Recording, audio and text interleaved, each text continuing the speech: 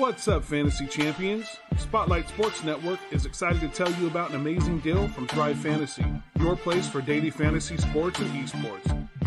Right now with promo code SS Network, Thrive Fantasy will match up to $50 of your first deposit. So go to thrivefantasy.com and sign up now with promo code SS Network. That's thrivefantasy.com, promo code SS Network.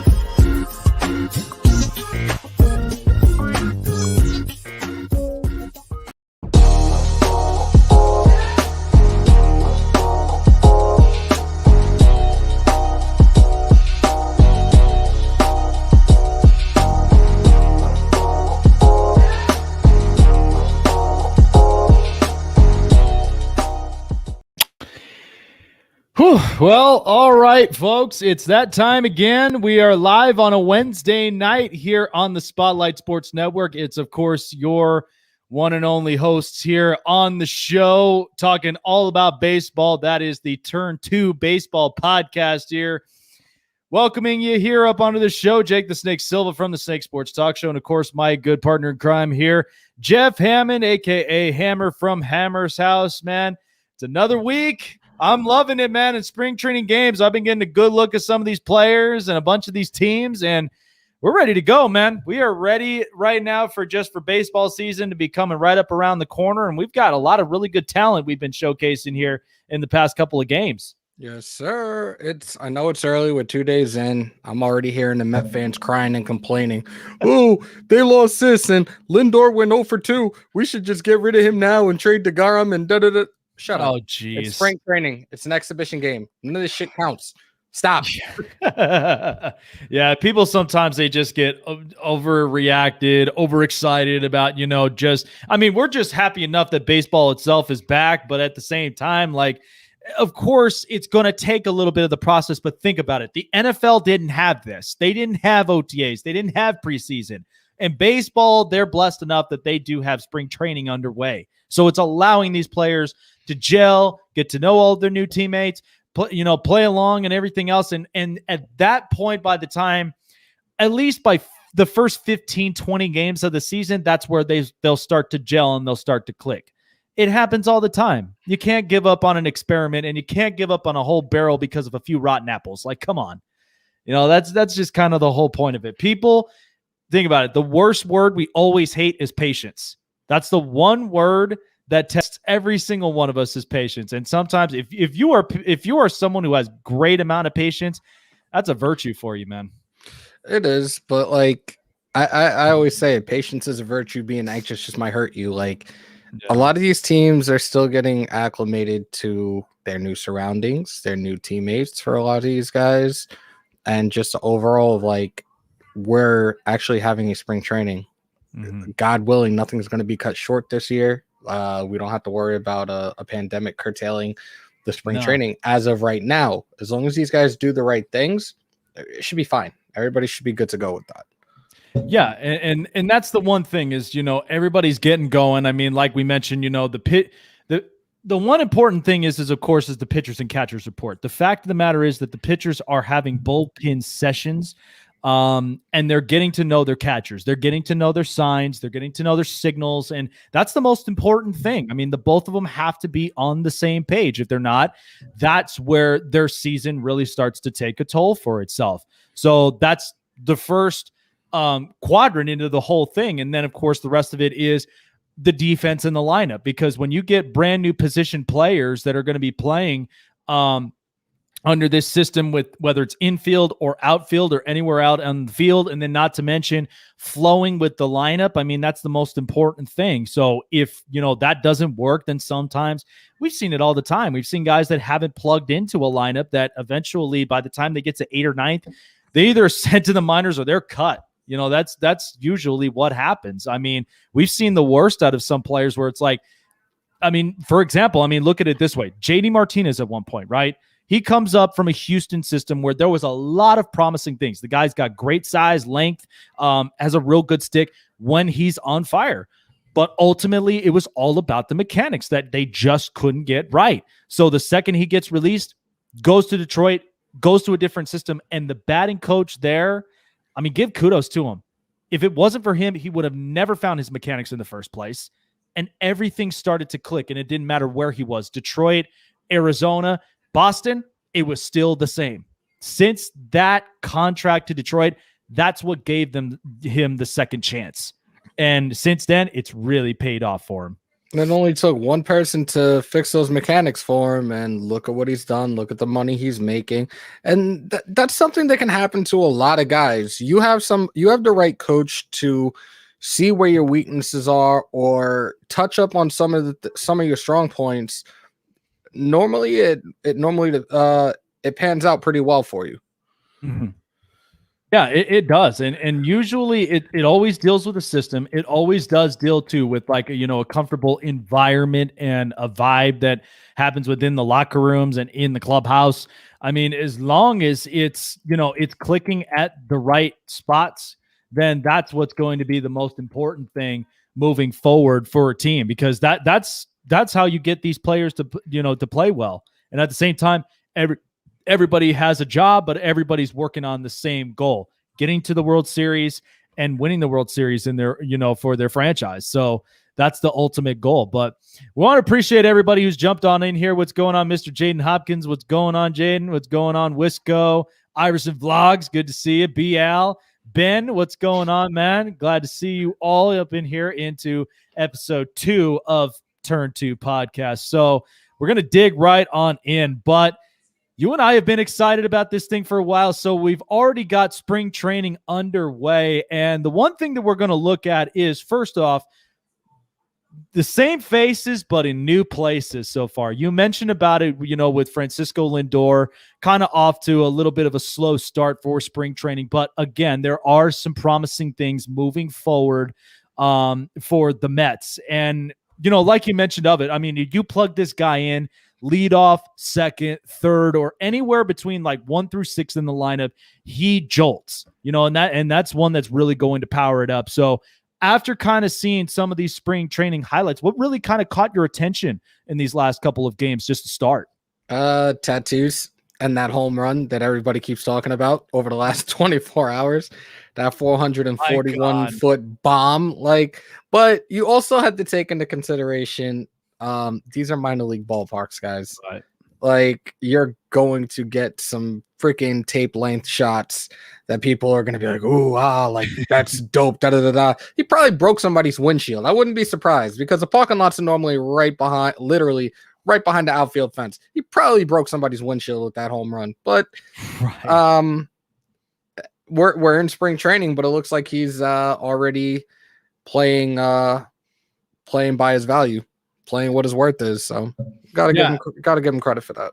Yeah, and we'll definitely break down at least a little bit more, since that's one of our topics here for tonight, especially talking about it because, of course, is it going to be worth it with the amount of money they paid him and so much more? So we'll definitely dig deeper and deeper into it. So we have one good question. Who are the top 5 people still in free agency? I looked at a couple of them, and the first 2, they were already signed and taken. I don't know if Jackie Bradley Jr. got a contract yet. I haven't heard anything of it. So he's still up for grabs. And again, I like Jackie Bradley Jr. He does bring a lot of good defense.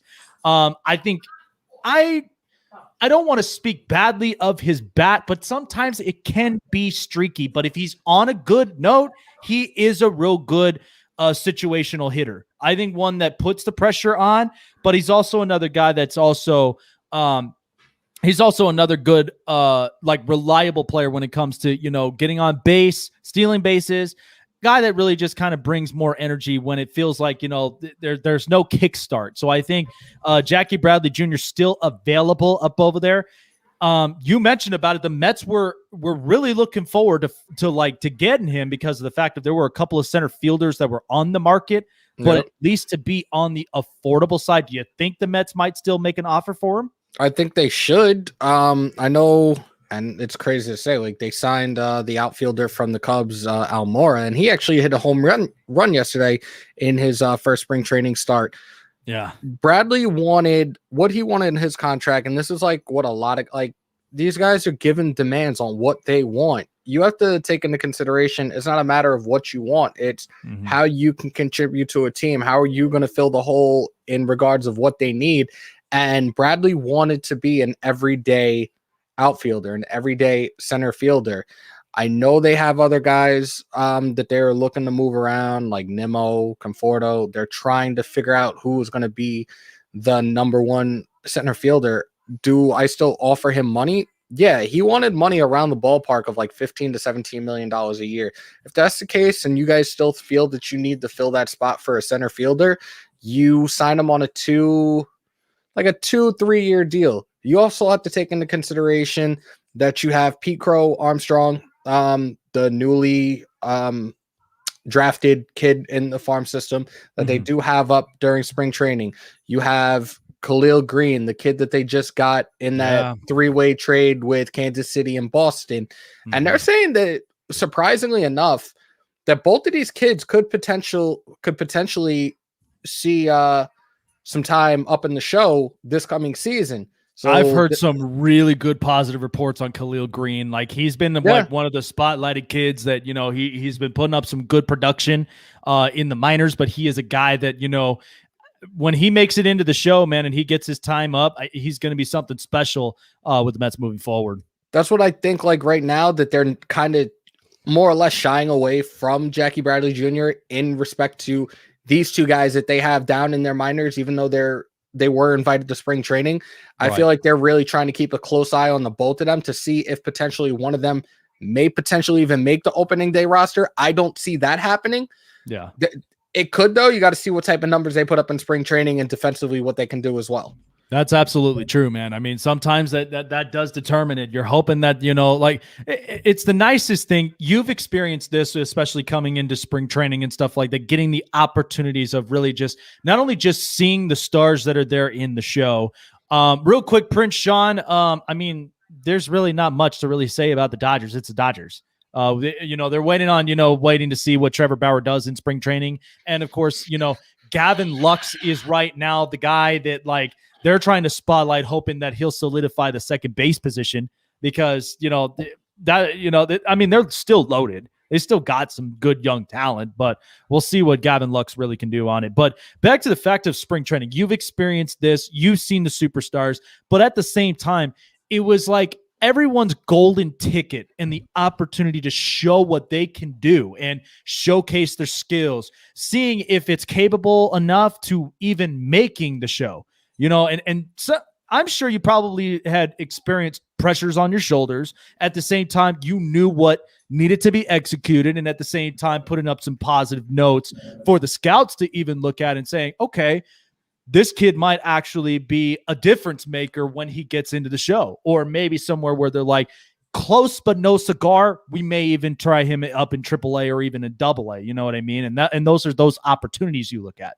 And that's the thing, like with these young kids, yeah, they're being looked at. Obviously, they got called up for the spring training invites for a reason. There's guys that were given those opportunities that I didn't understand why. And this is particularly fuck that. It's specifically the Mets with Tim Tebow and having him up at spring training. Like, why? Just to put asses in the spring training facility. Right. Like, dude didn't play baseball or stop playing baseball when he was like 17, 18 years old, 30 years old. Oh, I think I want to play baseball now. Gets to put on a showcase, and the Mets, I guess, is a publicity stunt with the Wilpons. Oh, yeah, we'll sign you to a minor league deal. Oh, spring training's right around the corner. Come on, we want you up here. Why? Yeah. Why?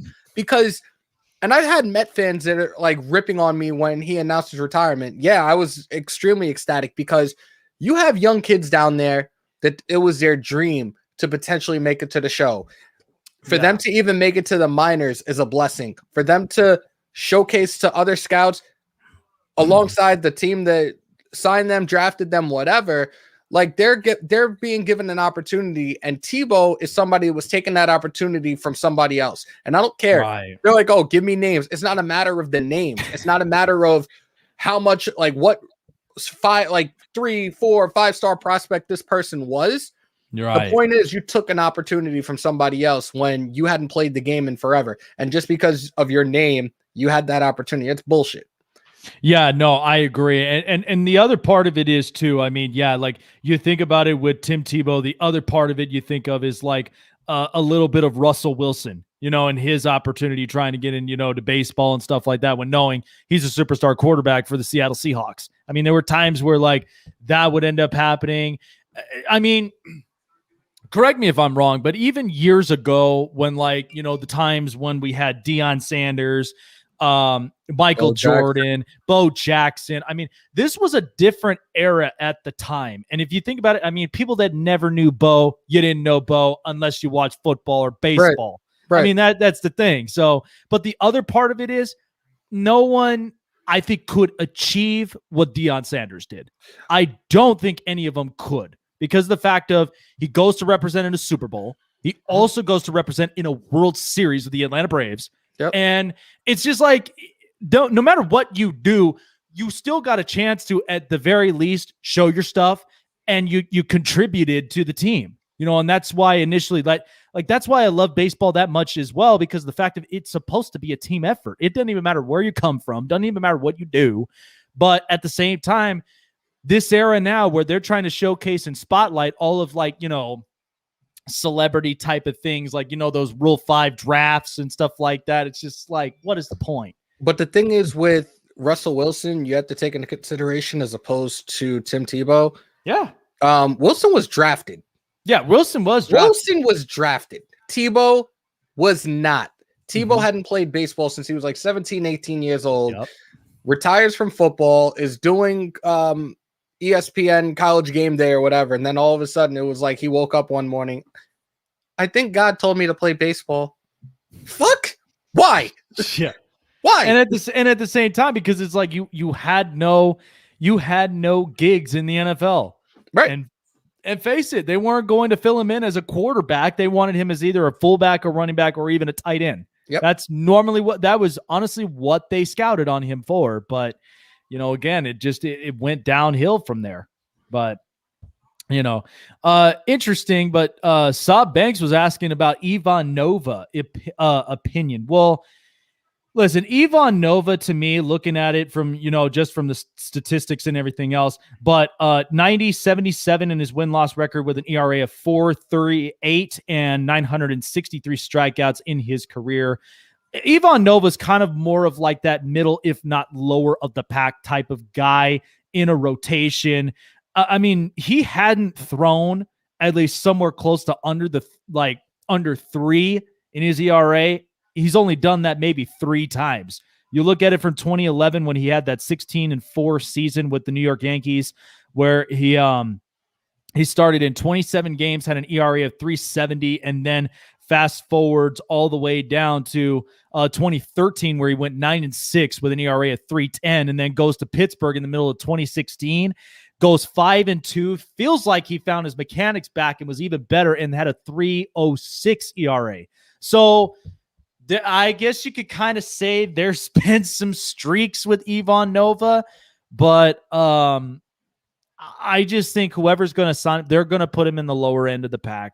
I think he's a serviceable type of rotation guy, in my opinion. If you want to get quality innings, you guys want to end up getting, strikes and at least work the strike zone. You could get Ivan Nova for that for cheap price. But I mean, that's just kind of how I look at it with Ivan Nova. And now being with the Phillies, to me, I don't know about you, but I don't know what the hell the Phillies are doing. I don't know what they are doing. It's like, I can't figure them out. They don't have an identity. They don't have anything. I get it. They have a lineup, but your rotation, your bullpen needs a lot of work, man. Like, good God. Just let that ship continue to sink. As long as they're at the bottom cellar of the NL East, I'm very happy with that. I'm telling you, it's just like, Jesus. Like, and now JT Real Muto's hurt for, he's hurt now for however long of a period of time after signing a 5-year extension deal with the Phillies, and it's just like, to think about it, this dated back from Ruben Amaro Jr. when he was there as a general manager there. That's where it really started to go downhill, because they do kind of like what they kind of did, not what the Sixers do, because it's a reverse, because you have a lot of younger talent versus older talent. But the fact of the matter is, Phillies had old contracts. Jimmy Rollins, Ryan Howard, Chase Utley, Carlos Ruiz. Are you kidding? Are you kidding me? Like, what the hell? And then, and they only picked up serviceable guys like Pedro Feliz. You remember that guy up at third base. And then of course, they all want to talk about, well, we had a rotation. Okay, look, there's no denying that looked like a dream come true type of rotation with the late Roy Halladay, Roy Oswalt, Cole Hamels, Joe Blanton. The list goes on and on. They had a team back then. They definitely had a team back then. Oh, they did. But, from 2008 to 2009, think about it this way. Had they won in 2009, do you think that would have been a wake-up call, or do you think it would have been a lot worse than what they're... I think it would have been a wake-up call. Right now, it's like you said, this seems to be the new trend in Philly sports, and I don't think this is a trust a process. It's like, we're just doing shit at the drop of a dime, no matter what the hell it is, to try to even continue to be relatively spoken about throughout the season. Like, I don't see them being one of those teams, and in the upcoming weeks we'll break down the Phillies, but I just don't see them being a contender this coming season. No, I don't either, because at the end of the day, like the Phillies, the Angels, a lot of these teams, you can have a superstar lineup all you want, but when you get it through your head that offense is not your only reliable source, that's the one that's really going to bite you. And then because now it's just like you've wasted all that money on a superstar lineup and you're still not making the postseason. You're not even punching your ticket in the playoffs. That's the unfortunate part. Hey, Ben, F Chase Utley, okay? I'm not going to say the word, but F Chase Utley. Scumbag. You know what? No, I'm going to say it. Fuck Chase Utley. Scumbag. Fucking man. Oh, man. One of the dirtiest slides I've ever seen in my entire life. And I've done slides. I've never done something that brutal. My God. I think you remember the time I told you when I spoke with Aaron Rowan that day after that happened. I was like, oh God, man, that was freaking crazy.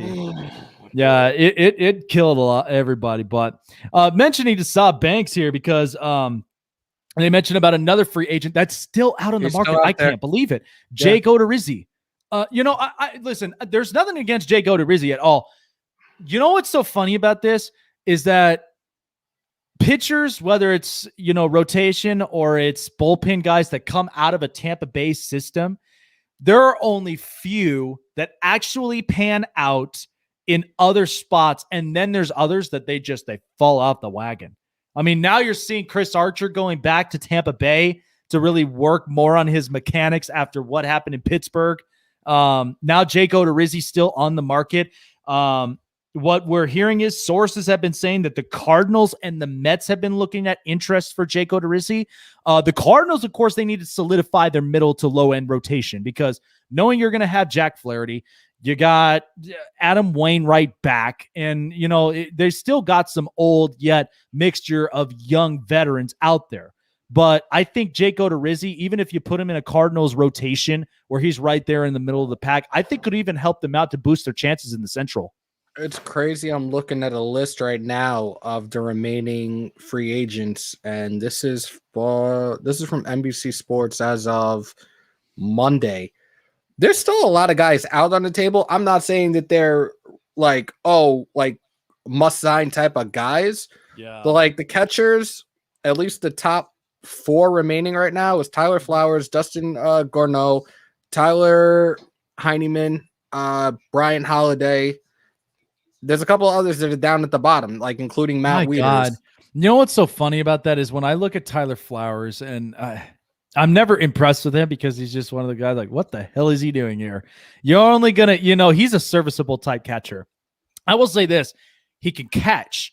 He just can't hit for literally anything. I've seen him multiple times in Atlanta and multiple times in Chicago. It's like, what the hell, dude?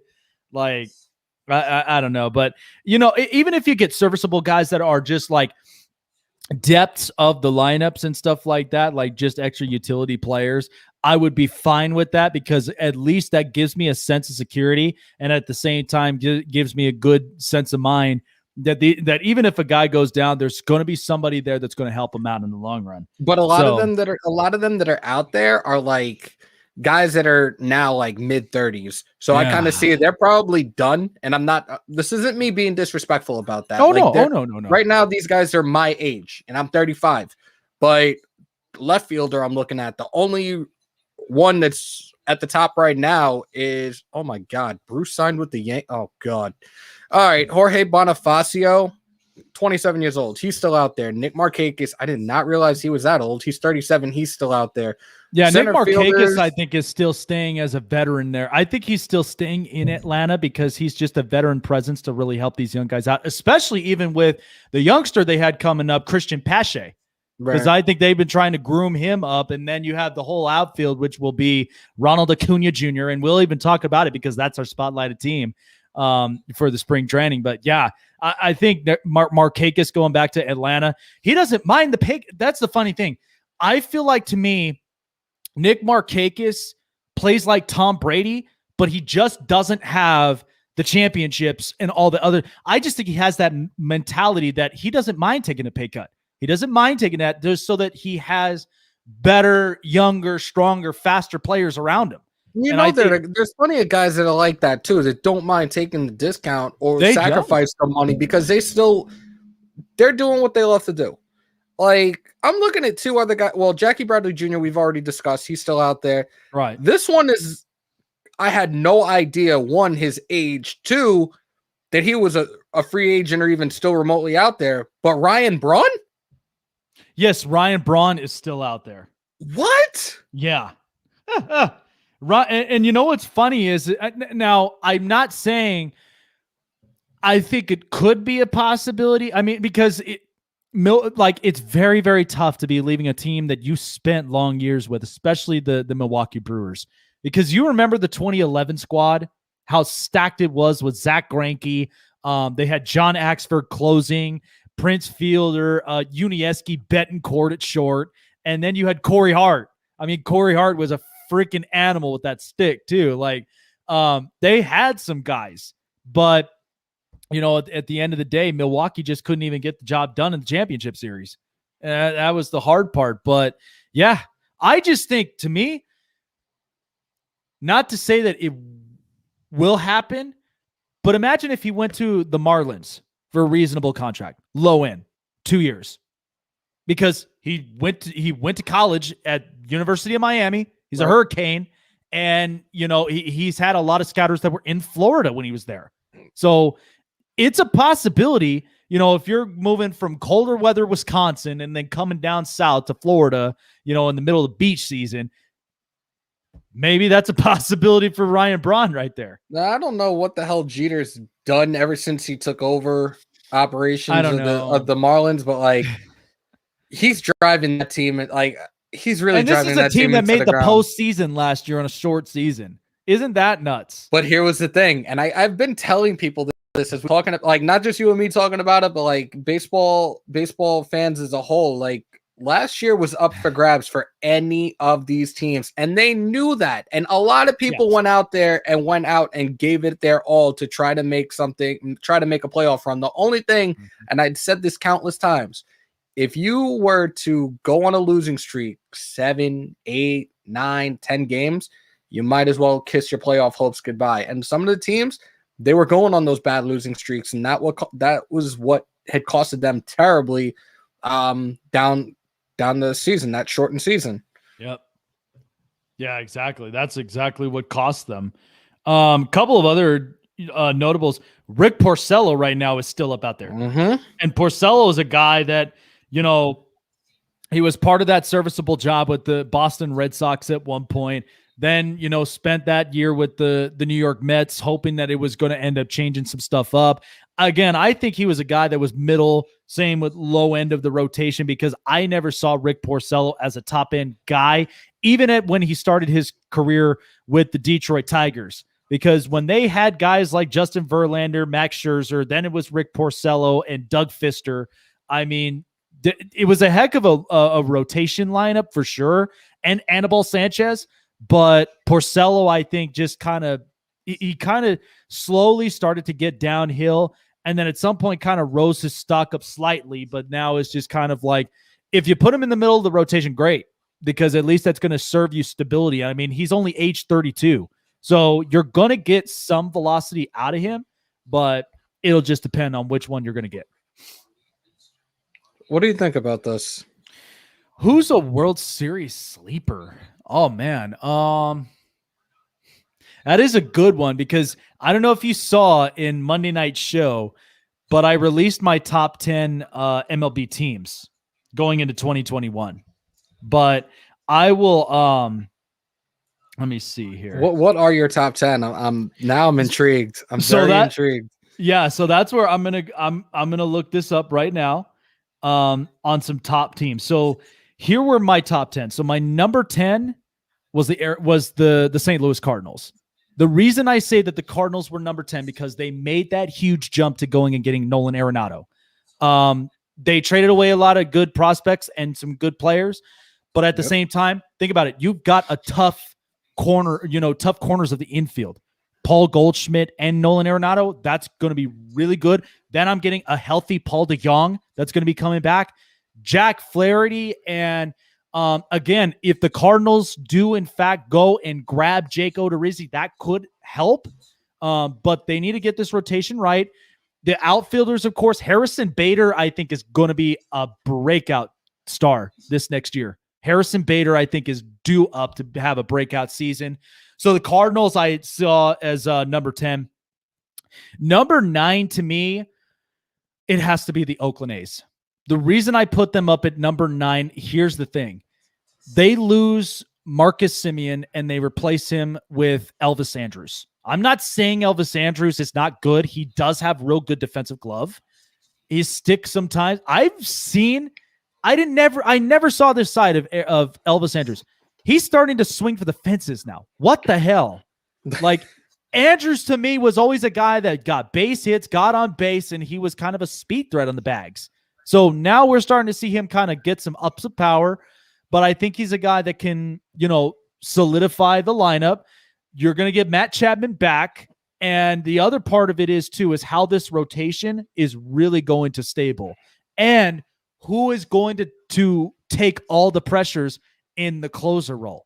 That's the real question, because they lost Liam Hendricks to Chicago, and that's one that I think is really going to take a toll on them. Number 8 has to be the Tampa Bay Rays. I put them there in this one because they're a good team. I'm not sure how the lineup is really going to produce, but you cannot brush away the fact that pitching staff always seems to come up with some surprises. Of course. They always do. I don't know what it is. It's like, damn it, man. Like, what the hell? That's why I would have looked at them, like, based upon the teams that you just started. Like, I would have looked at them at maybe like a 6 or 7. Yeah. Just because of that pitching staff as a whole, not just the rotation, that bullpen and everything, and how they utilize them, and how they just the way that they're so tricky with that with their games. And we're gonna put a reliever in early in the game, and this that, and like, all right, do what you guys got to do. If this is how you guys win, I can't be mad at it. That's very true. I mean, yeah, if they could do that, I mean, kudos to them. But man, like, again, think about it. We did see some real good guys like Austin Meadows, I think, is going to have a better year this year. Randy Arozarena, I'd like to see what he does in his sophomore season, knowing the fact that he got the taste of a short season, but was also a breakout guy during the postseason. He was the most talked about player there. Right. So it'll be interesting to see. Number 7, I put the Toronto Blue Jays in there. The reason that I put Toronto there, that lineup's really good. Kevin Biggio, Bo Bichette, Vladdy Jr., and now having George Springer in the middle of that mix, that's a dangerous lineup to start with from 1 through 6. And then I think some real guys, Danny Jansen, but also too, the rotation's going to be very interesting. Hyun-Jin Ryu still there. They do have some real good arms, but I'd like to see the spotlighted player on there. Definitely Pearson. I want to see what Nate Pearson can do because that kid's got really good hard velocity, and he's also a guy that I think he'll mix up a lot of his mechanics, and I think it's going to be interesting to watch on the hump. Number 6 was definitely the New York Mets. The reason of that is the fact that the rotation is getting better. Francisco Lindor is bringing juice to New York, which take note, Knicks, Jets, and everybody else. when you go and get a superstar player, and you also get a bonus with Carlos Carrasco, you're going to bring some juice back into the building. So I thought that was a big time upgrade for the Mets. They still could go and get some pieces for cheap. Like I usually see this all the time when it comes to free agency. They'll usually never sign players until probably like 4 weeks left of spring training. That's usually how I see it sometimes. Right. And that's when, think about it. That's when like you watch those rollover prices or you watch some of those discounts. That's where the money gets cheaper. And that's where like a lot of teams, they'll talk with them, keep in contacts, but then as soon as it's the right time to pull the trigger, they'll go and get a contract for him for cheap. I've seen them do it all the time. This has been the new thing the last few years. Like especially, was it last season? It had to have been last season. What Keuchel?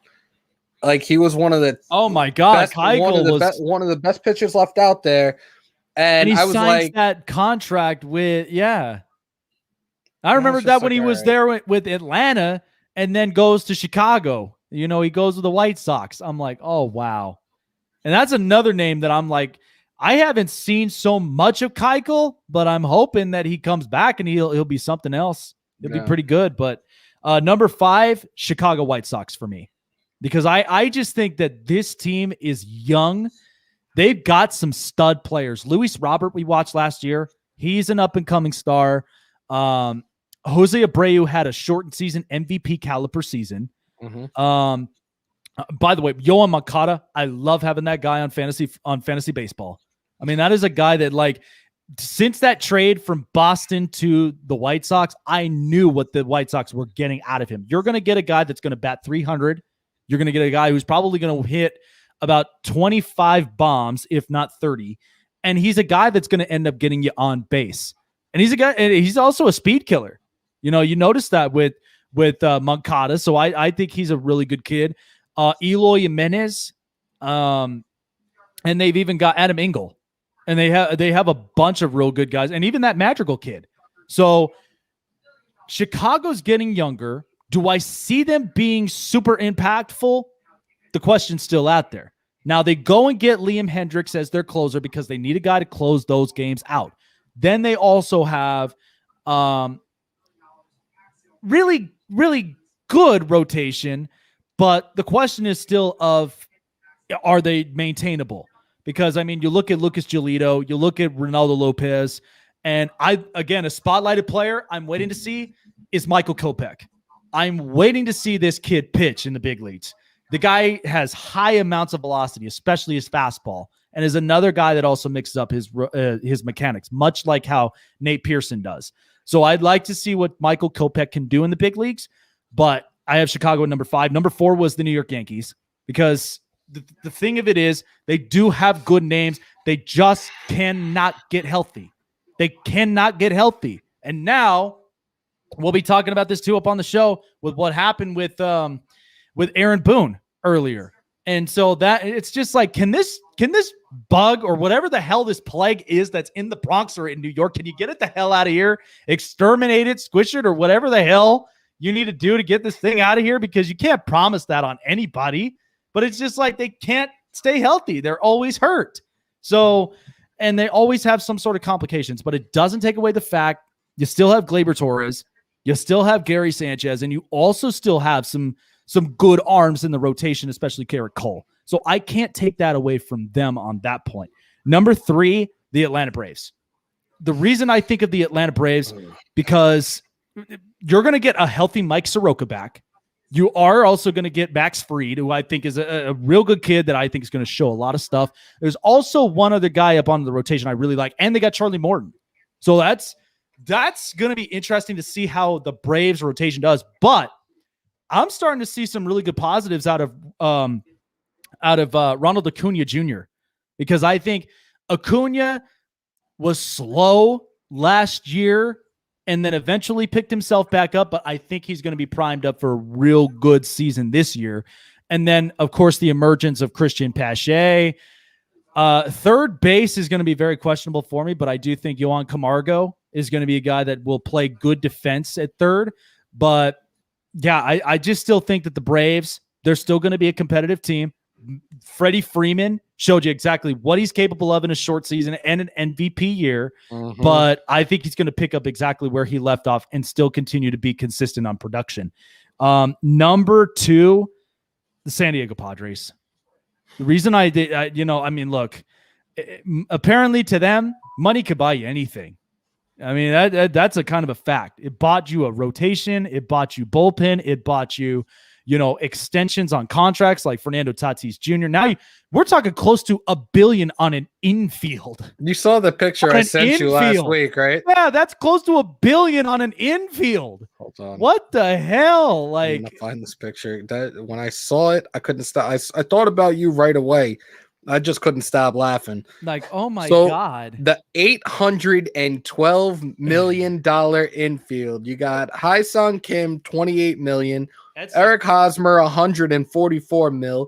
Manny Machado, $300 million. And Fernando Tatis Jr., $340 million. Like, bruh. Where the heavy side of it is on the left side of the infield. That's heavy. I don't know, man. I mean, and they still have contracts like Will Myers up over there and Tommy Pham. Like, man, this is going to be an interesting team throughout the rest of the season. But they go and get Blake Snell for one, Yu Darvish. And this is also helping Paddock as well. And I think this kid, he's a real good one. I think he's good for middle of the rotation. I never saw him as a guy that could emerge as a second rotation guy, but he's going to be pretty good in the middle of the rotation for San Diego moving forward. But their bullpen is going to be the talks. That's going to be one that, will they have a guy that's going to be capable of closing games out, and will they have a guy capable of setting it up? And then, of course, my number 1 has to be the Dodgers. It has to be the Dodgers. Of course. I mean, they want to go back to back. And what better way to piss off teams like the San Diego Padres than go and get Trevor Bauer, and then you go in, and then now they did lose some players. I mean, Kike Hernandez is one guy they're losing off the bench and utility. Jock Peterson also as well, another good stick, but it ain't like they don't have anybody else that could really fill that in. I mean, they still have Austin Barnes. They have Gavin Lux that they're hoping he'll be a difference maker with this team. JT's back on a 2-year deal. Yep. Justin Turner's back on a 2-year deal. And then you're still getting production out of Cody Bellinger. Yep. So that's going to be the team to beat. And at the same time, I mean, that's the way that I look at it. That's my top 10 right there.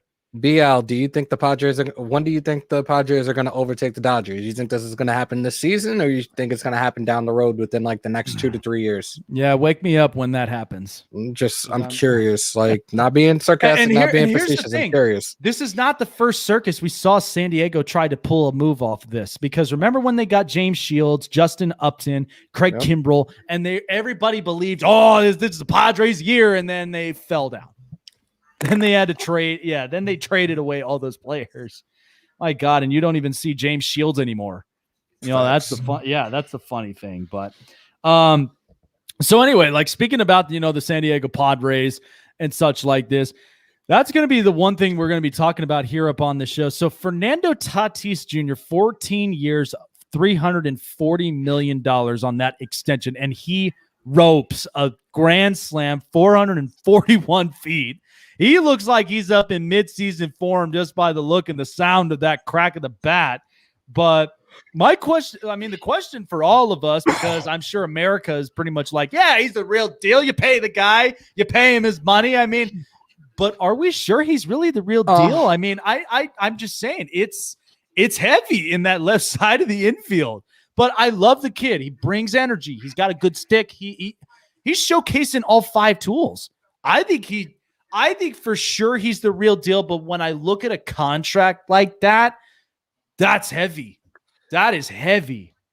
Only 143 games played in his career, and this is the money he got. So I'm looking at it from the standpoint now, because I've had plenty of time to think about this over the last 2 weeks since this deal went through. Is real quick, folks, shout out to my pops up over here, diehard Dodger fan. What's going on, Pop? Love you and appreciate you coming on by. He's always bleeding his Dodger blue. He's like, I don't care what anybody said. He's like, look, I don't care what anybody said. Everybody had an opportunity last year. Dodgers are world champs, baby. That's all he will. God. That's all he will say. Oh my God. Just with what the contract is and everything, I feel like the Padres have a plan, and I'm looking at it from a business standpoint. I'm looking at it from a baseball standpoint. If this dude ran through his rookie contract, beat arbitration and everything, and was on the verge of being up for free agency, that, depending on what his numbers could potentially be in the next few years, he probably would have been getting a hell of a lot more money. He probably could have been over the $500 million salary. Yeah. So I understand now. Like I said, I had about 2 weeks to let this sink in and really try to understand what San Diego was doing, but I get it now, and I can't be mad at the deal. Like, the next man up for big money like this is going to be Francisco Lindor. And also, I know I'm talking too much about the Mets, but that's my team. Sorry. Michael Conforto, because he's going to be a free agent as well. They have not talked, from what Sandy Alderson has said, they have not talked to either one of these guys about an extension yet. Oh God, I hope they extend Michael Conforto, because listen, I think he's got a beautiful swing for a left. He does. And and think about it. That was minimal mechanics work too. I watched that even in 2015 when the Mets were in the World Series, but then I believe it was 2 years later he really got it right. Yeah. And I'm just like, man, I hope they give him a contract. You have to take into consideration for Conforto's situation, though, who his manager is. Not his manager, his agent, and it's Scott Boras. Dude doesn't play around with money, and he makes sure that his players get paid. So there were reports out there of, and this was before, again, there have been no talks, but writers and stuff have been saying, like, along the lines of a 7-year, $170 million deal. And the money for Lindor is probably going to be just as big, if not bigger, than what Tatis is getting. Yeah. I thought from a logical standpoint for Lindor, because of his age, there's obviously an age difference between him and Tatis. I would have said like 7-8 years for $240 million. And I've spoken to people about it, and they're like, no, it's probably going to be a hell of a lot more than that. So we have to stay tuned to that and see what happens. But I really hope that, if not both, that one of them gets a long-term contract. And I kind of really wish that it would be Lindor. Sorry, Mike, but just my feeling on that. Ladies and gentlemen, boys and girls, Key is in the building. Oh, she's definitely up in the building, and she's got a lot to talk about with her Philadelphia Phillies as well. Covers up on all Philadelphia content. Definitely check her out at Key in the building. So, but isn't that interesting though, that we're starting to hear the trends on shortstops? Because I think, as you know, as difference makers, because be honest with me, I think the only big trending shortstop that I think you and I remembered was probably Troy Tulowitzki at the time, because that was a guy who was putting up the production when he's healthy, and the longest contract he had, 10 years at least 190. That was the highest contract that was paid by a shortstop. Right. And it's one that really intrigues me. That's why when I looked at this thing with Tatis, because he does bring a lot of like all 5 tools to the game. He checks all the boxes. Yep, checks all the boxes. I love the kid's attitude. I love his attitude. I love his attitude. I love his energy. You know what? If you're one of these old geriatrics that are mad that he bat flips and stuff, get over it. It's 2021. Right. We're going to have some fun now because we're trying to make this game for the kids more than the old fogies. And honestly, that's all that it was meant to be. That's all that it was supposed to be. It's supposed to be a kid's game. It's supposed to be all about having fun and really just kind of getting the best out of baseball. Now we don't even have that, at this point, because you do have a lot of these, respectfully saying, older folk that still believes in traditional baseball. I mean, I don't want to get too in depth, but to me personally, when I look at it, it's like when I look at certain like church services, there's 2 different ones. You have the traditionals, and then you also have like kind of the New Testament kind of thing, right? And a lot of them do there are older folks that have stuck along to the Old Testament ways, the traditionals, because that's just kind of what they were raised around. They were raised around traditionally, like these were what I grew up upon. These were kind of just the rules and the regulations and such like that. And then, of course, you got the other sides where, well, they're not going to abide by the traditionals here. It's getting newer, it's evolving, and it's getting bigger and better. So when I look at this now with baseball, you have the traditional era where this is what it used to be like, which was, they were more about the team than anything else. And it didn't even matter what your background was or where you came from. If you played, you played. And then all this other stuff. Then you look at the new gen where they want to have fun. They don't care what anybody says. They want to have fun. They want to showcase the unis and gloves. They want to do bat flips. And it's just like, and the other thing of it is too, is not analytics and statistics, but the mechanics part of things.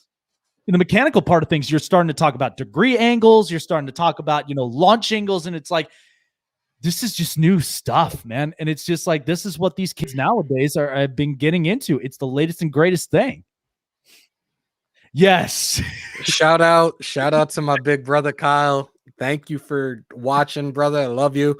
You know what? I'm fine. Here's the thing with traditional baseball and new gen baseball. New gen baseball, I'm all about having fun. I'm all about the celebrations and everything. Yep.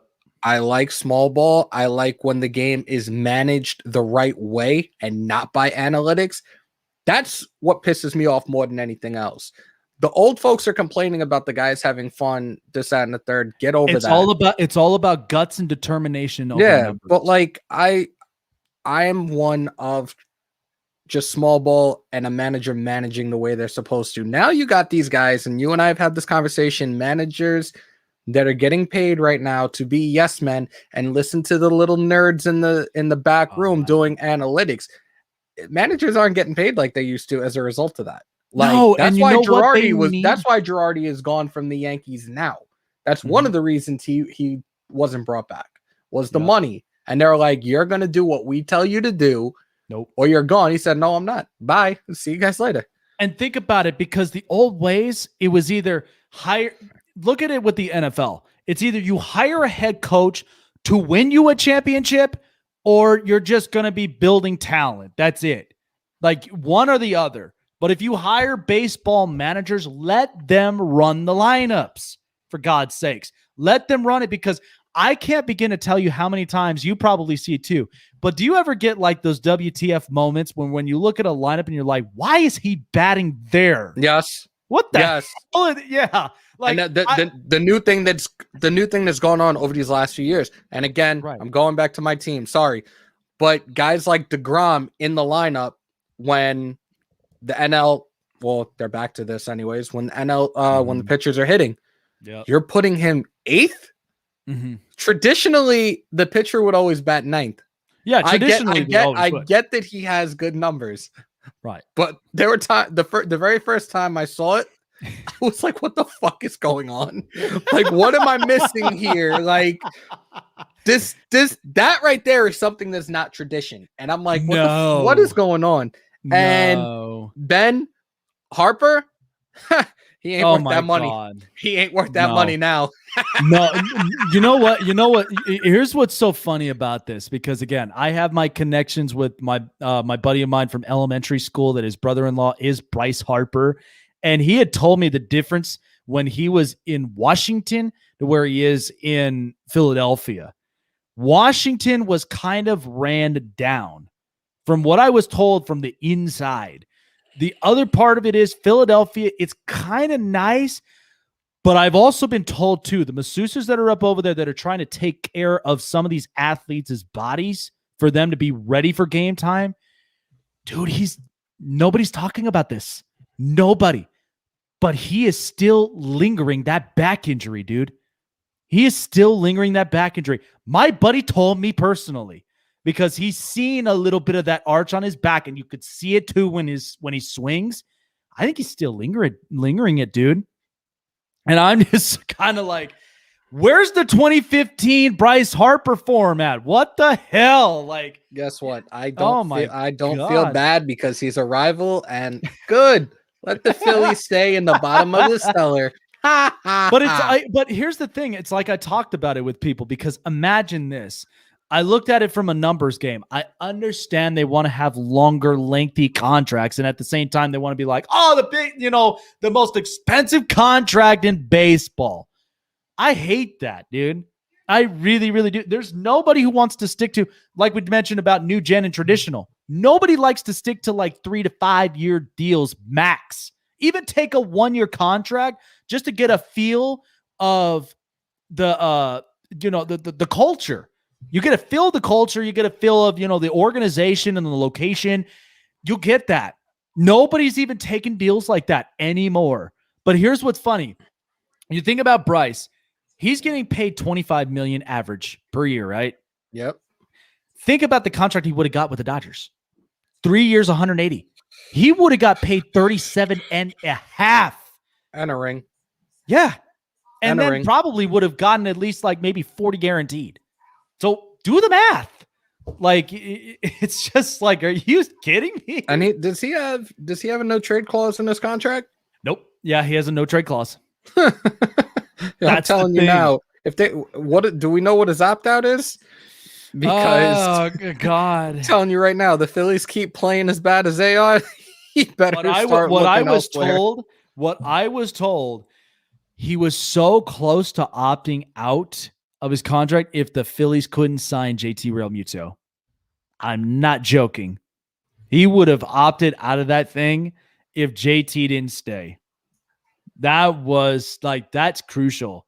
But at the same time, 13 years of that, and he's already in his 3rd season of that contract, so he's got 10 years still. Yeah, this is year 3 this year. Good luck. I really want to find the contract and see exact. Hold on. No, that's a different one.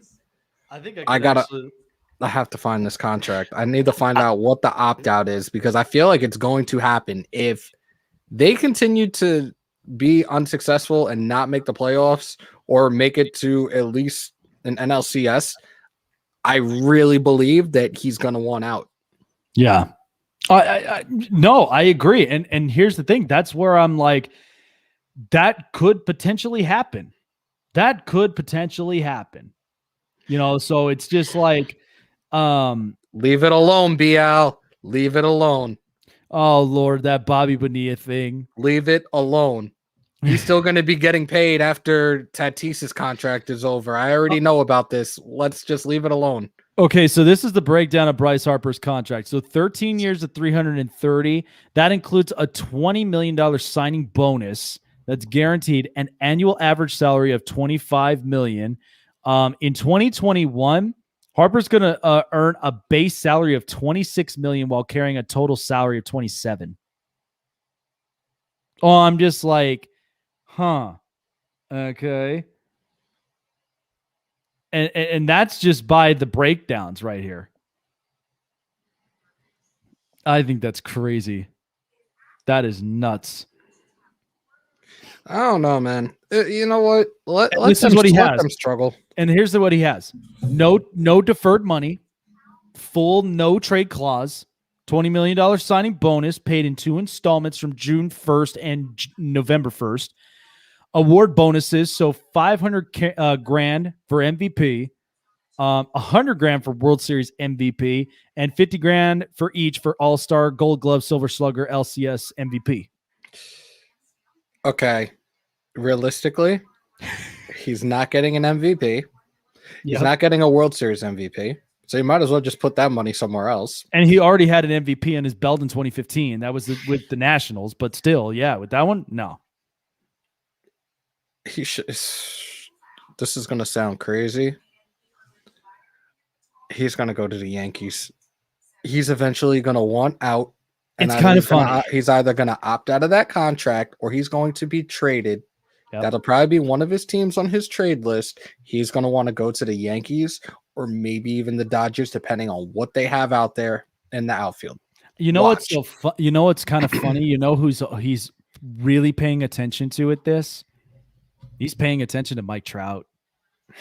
I'm serious, dude. I feel like that he is literally paying attention of where what Mike Trout is going to do. I really do think this. Because here's what's funny about this. These were the previous contracts dating from 2011 in Washington. He had 5 years, $9.9 million. That was entry level, right? Mm-hmm. 2 years, $7.5 million from 15 to 16. 17, 1 year, 13.6. I believe that was just an arbitration deal. And then in 17 to 18, 2 years, $35 million. And then comes away with this huge contract with Philadelphia. Like, that's just nuts. Highway robbery. Yeah, no kidding, right? Yeah, I really don't feel at this point. Like, again, we're going and into he's year number 3. and he'll be an unrestricted free agent by 2032. By the time he's 39. I'm sorry. I would not stay in Philly my entire career. Dear God, no. Like, I'm sorry, Key, but dear God, no. I'm not staying. If they can't get this right, if they cannot get this right, they're not going to. They're not going to, and it's sad because this was a team that used to contend in the NL at least on a regular basis. But they were so hyped about it when they signed him originally. Like, I just don't see this team going anywhere, and I'm not blaming him for it, but. He's not going to want to last. He's not going to want to stay there.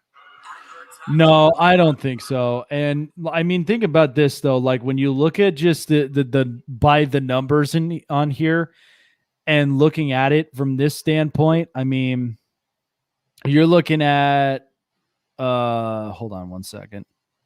There we go. That's what I needed to see was the home runs. I mean, you look at the 2015 season he had. I mean, he scored 118 times, 42 bombs, and had 99 RBIs and batted .330.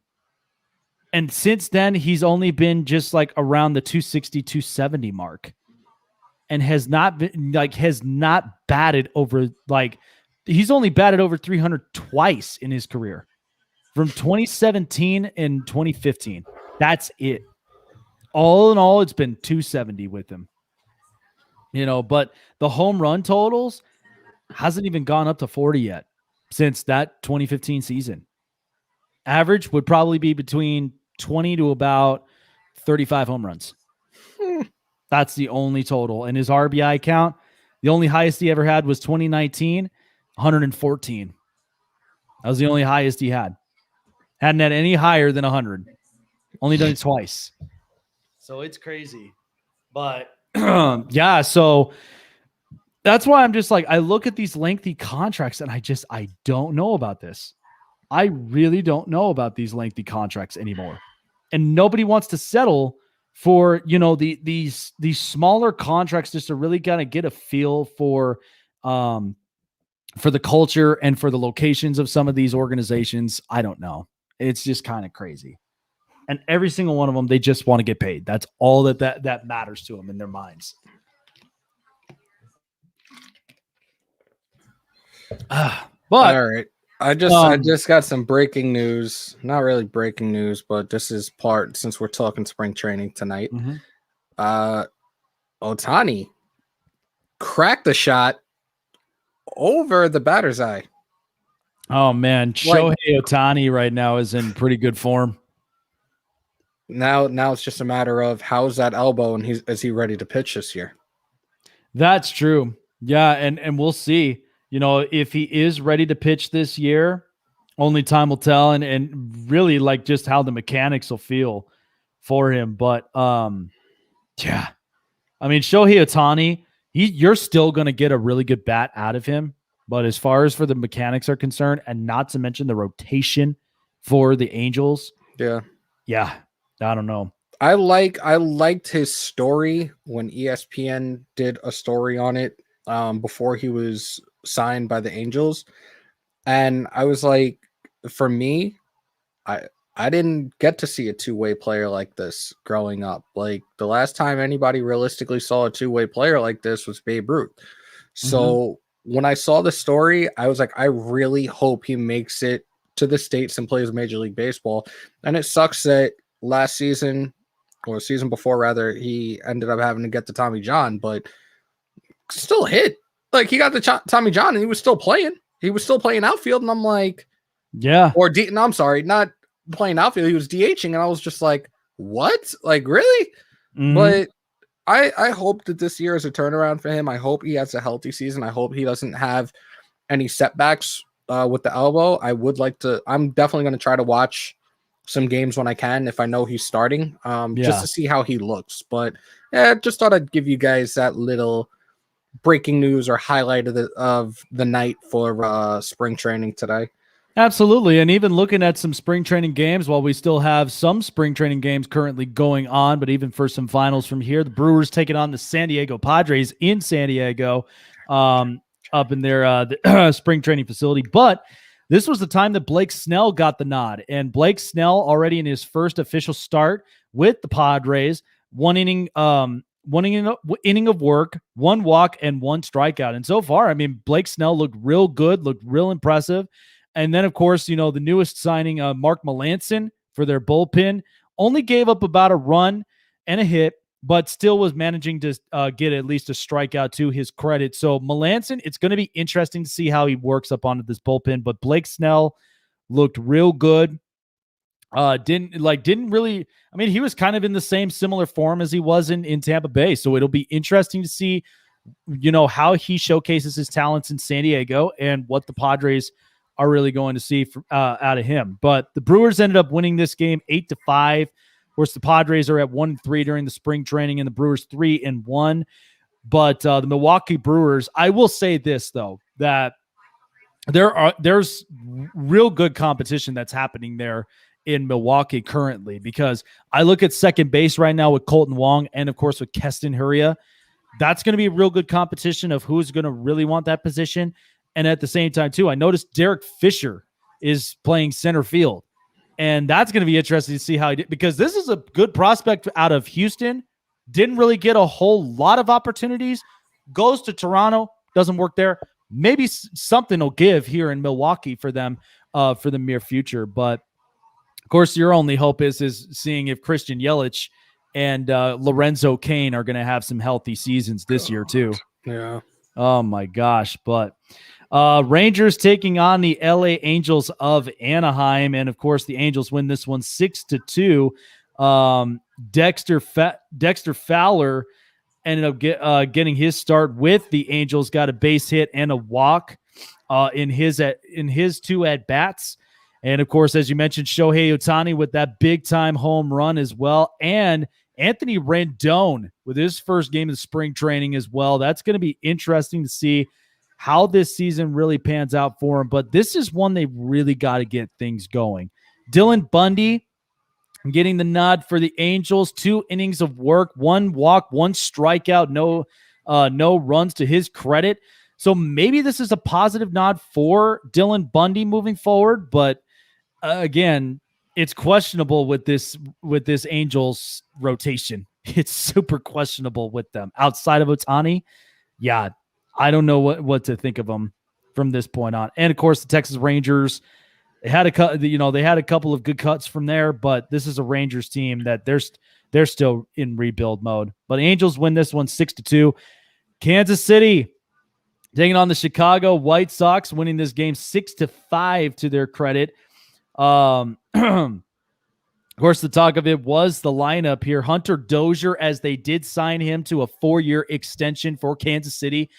I do like Hunter Dozier as kind of just like, an under radar player, third baseman. He's a guy that I think could bring some good, I think he brings back some good stuff. We know he's still young. He's still kind of developing in this system for Kansas City. But I think this is one that Kansas City Royals fans are kind of excited for to see what he can do better. Not to mention Carlos Santana and Jorge Soler, that they're hoping he's going to have a big-time season as well. But I'd like to see what Salvador Perez will do after coming back from injury. I mean, that's going to be one that's going to be a huge, huge difference maker for the Royals moving forward. But they were able to come away with that win 6-5. Mariners and Cubs, they ended up ending at a tie 8-8. Speaking of which, for B, Al, listen, I don't know. I've had Cubs fans basically tell me, I don't know what's going on with the Cubs. I don't know what to make of the Cubs. And you know what I found out? Jake Arrieta is now back with the Cubs. Yeah. At age 36. Like, what? You know what they're doing? They're playing the same thing like the Chicago Blackhawks. Am I wrong? They're playing this whole thing like it, that Anthony Rizzo and Chris Bryant are literally Patrick Kane and Jonathan Taves. Yep. Oh my God. It's like, are you paying attention to like the right thing here? Because it almost looks similar just on different sports. But Rizzo, of course, still in his season, formed 2 RBIs, 1 for 3 of the day. And Wilson Contreras was 2 for 2 here, scoring in twice to his credit. And Chris Bryant at least 1 for 2. So, and of course, the big talk was Jock Peterson in his debut with the Cubs in a big-time blast that he had there. 2-run homer. Jock Peterson getting himself settled in Chicago. Young Jock. Young Jock making it happen right there. Oh, God, Patrick Sharp, too. Oh, God, yes. Yes. For all you guys that are in here tonight, just a FYI, there's no trophy for best record in spring training, okay? There is none. These games don't mean shit. There is none. Like, get over yourselves and settle down, okay? Because we're going to go into the regular season. Oh, they're winning it all. They had the best record in spring training. No, buddy, that's not how this shit works. That's not how this works, damn it. That's not how you treat people. Kids are like, it's showing. Yeah, right. Yeah, even BL said it. I have no idea, not sure what to think about the Cubs.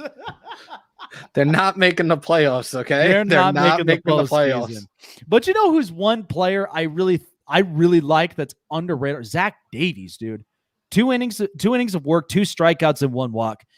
I thought the thing in San Diego for Zach Davies was really going to work. But even that didn't pan out. I loved watching him when he was in Milwaukee. I thought, this kid's going to be something else. Like, I don't think he's going to be top rotation guy. Let him work in the middle, like work in the 3-hole of the rotation for a little bit. But if he plays good and he pitches good quality innings, he could see some time at least in the number 2 or maybe even in the number 1 spot. Who knows? But I don't... Oh, God. Hold on. But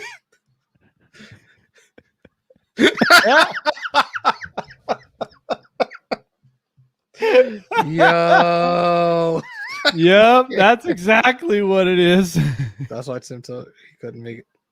Yep. He was never going to make it to the show. I don't care with anybody that like was a fan of TiVo.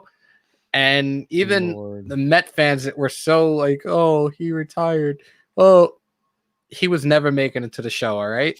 Like if the Wilpons, the Coupons, if they were still the owners of the franchise and the Mets had a piss poor season, then maybe towards the end of the season, I'll be like, yo, we're playing like shit. We just need people in the stands. Just come and we'll call you up for like a week. Just help us out, please. We need tickets. We need tickets like, anyway. No. Like, oh God, but Ugh. yeah. But I'll tell you what, though. I mean, I don't know what to think of the Cubs. I don't even know what the hell to think about the Mariners. My God, good God, they have no identity on them. I don't even know what direction. Listen, outside of Kyle Lewis and Trammell, I mean, I feel like they are just sorry ran down. You know, I had a friend of mine who was a diehard Seattle Mariners fan, and he kept telling me that they were going to beat the A's, please. I got a friend. I got a friend up here that's a diehard Mariners fan, and it's just like, why? When was the last time they made it to the postseason? Yeah, like why? That they will never be the same team like they were in 2001, dude. I will be honest with you on that. That was nuts. But Indians and the D-backs, well, the D-backs ended up nabbing their first win of spring training as a 9-4 victory over Cleveland. But Cleveland, of course, with Cesar Hernandez, Bradley Zimmer, and also Eddie Rosario getting his cuts in with his new team, but of course was 0 for 2, had a strikeout into his credit. And then Jose Ramirez trying to pick things up to his credit. So this is going to be interesting because now without Francisco Lindor, all of that, expectation is going to be on Jose Ramirez this year. And this is a guy that's really going to have to carry the load. And he's a guy that, hopefully he'll be the difference maker on it, but I don't know. But Plesac, 2 innings of work, gave up 4 hits, 3 runs, 2 strikeouts, and of course the home run to his credit. This is just another younger rebuilding team. This was a team that was staying in the middle of the pack every time. They looked, since the 15 or the 16 push, Cleveland hadn't been the same. Cleveland had not been the same. They were kind of just like, what are we doing? What is our identity right now? And then the second Lindor is out the door and he goes to the Mets, that's where I think they kind of knew, like, oh, that's what's happening right now. They're relying now on Shane Bieber, Jose Ramirez, hopefully Ahmed Rosario if he makes a huge impact with the Indians, but only time will tell, and a couple of other young kids as well with Eddie Rosario and Bradley Zimmer. So I don't know what I can think of with the Indians at this point, but they'll be a team again in the middle of the pack, but they won't be impactful. And of course, the D-backs, Luke Weaver, 2 innings of work, gave up 2 hits, no earned runs, no strikeouts, looked real good to his credit. And Luke Weaver was pretty impressed with his start in spring training and still acknowledges that there's still work that needs to be done. Marlins against the Nationals here, and Kyle Schwarber getting things going here with his first spring training home run with his new team of the Nationals. Got himself up on the board, but it wasn't enough to stop the Miami Marlins on an 8-5 loss there. But of course, this is a team that we mentioned has pitchers, but the question is going to be, how consistent is that lineup really going to be? With Victor Robles, I know what I'm getting out of Trey Turner and Juan Soto. I know what I'm getting out of these guys, but think about it too. Josh Bell and Kyle Schwarber, and now you got Starlin Castro, and they have freaking Alex Avila. Good God, that guy is still playing after all. God.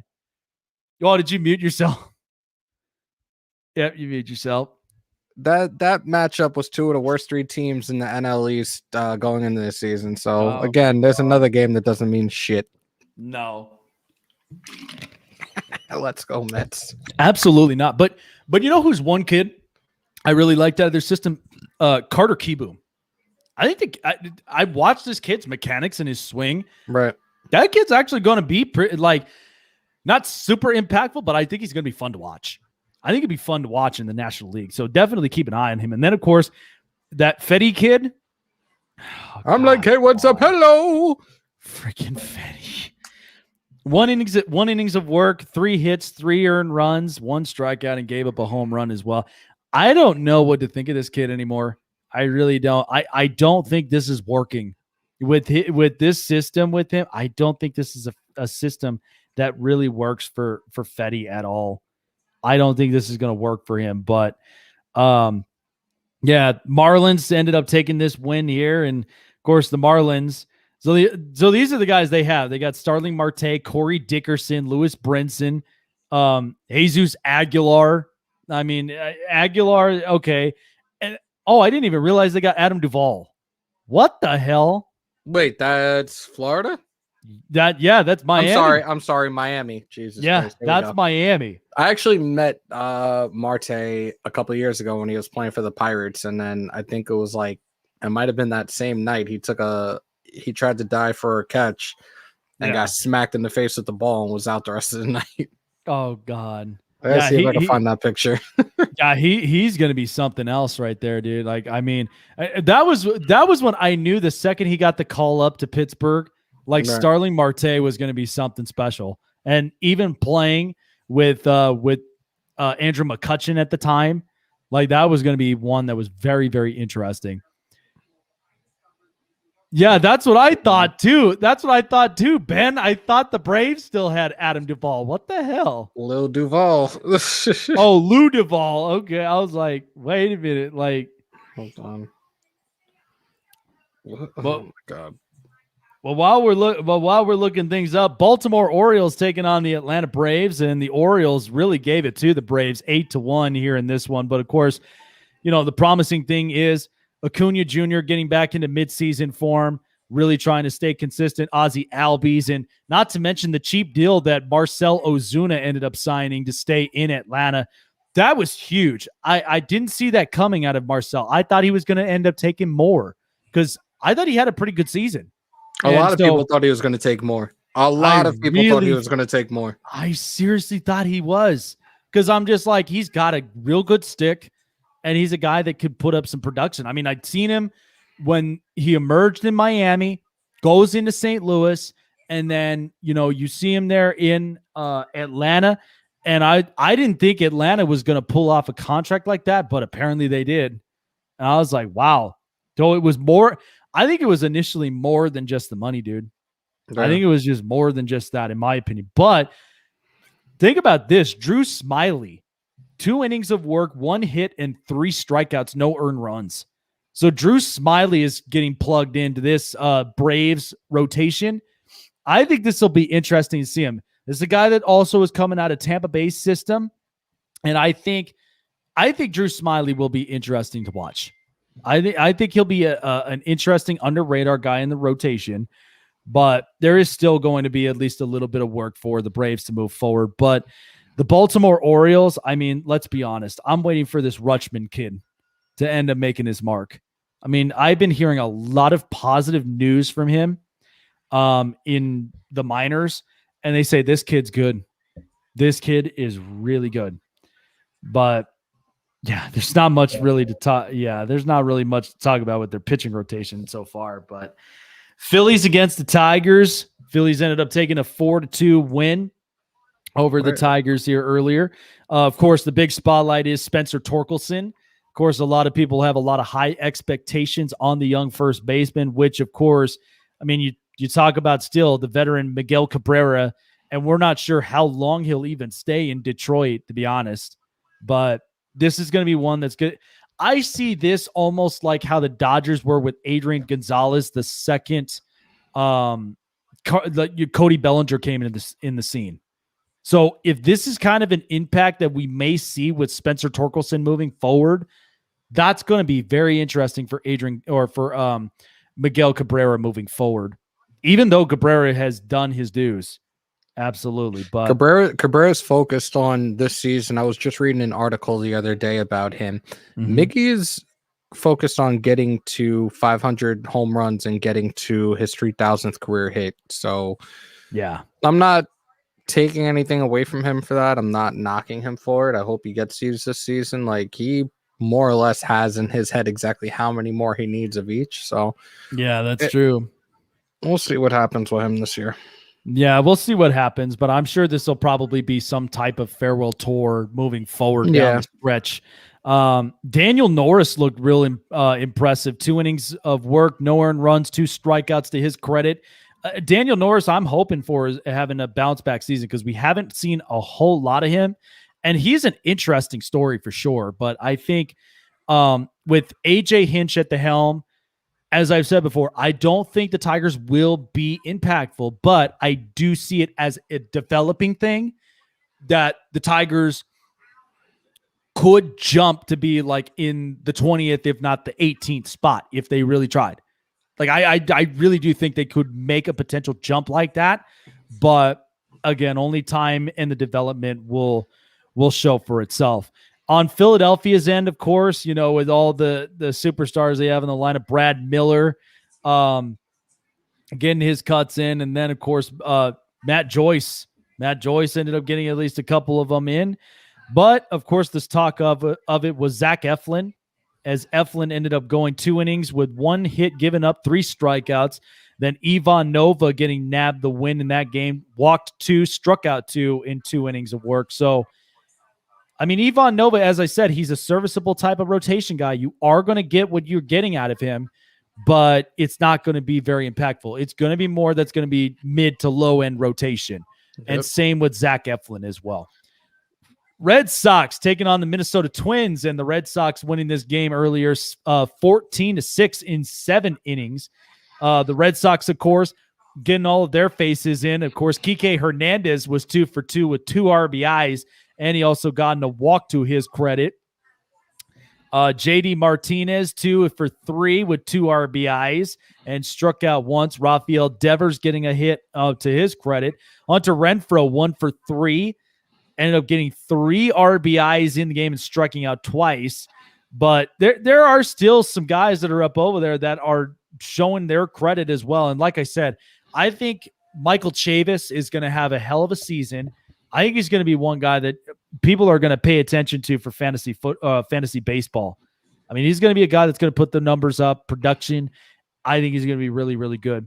And of course, on the Twins, Mitch Garver, again, his credit, 1 for 2 with an RBI. Nelson Cruz back with the Minnesota Twins again, 1 for 3 with 3 RBIs there. So Garver getting the home run, Garlick, and then Nelson Cruz in the 5th inning getting his home run, 3-run bomb. But the Twins, of course, fall to this one. But Jose Barrios with 2 innings pitched, gave up 1 hit, 3 strikeouts. Barrios still continuing to show how lethal he is on that rotation. I mean, I love watching this kid.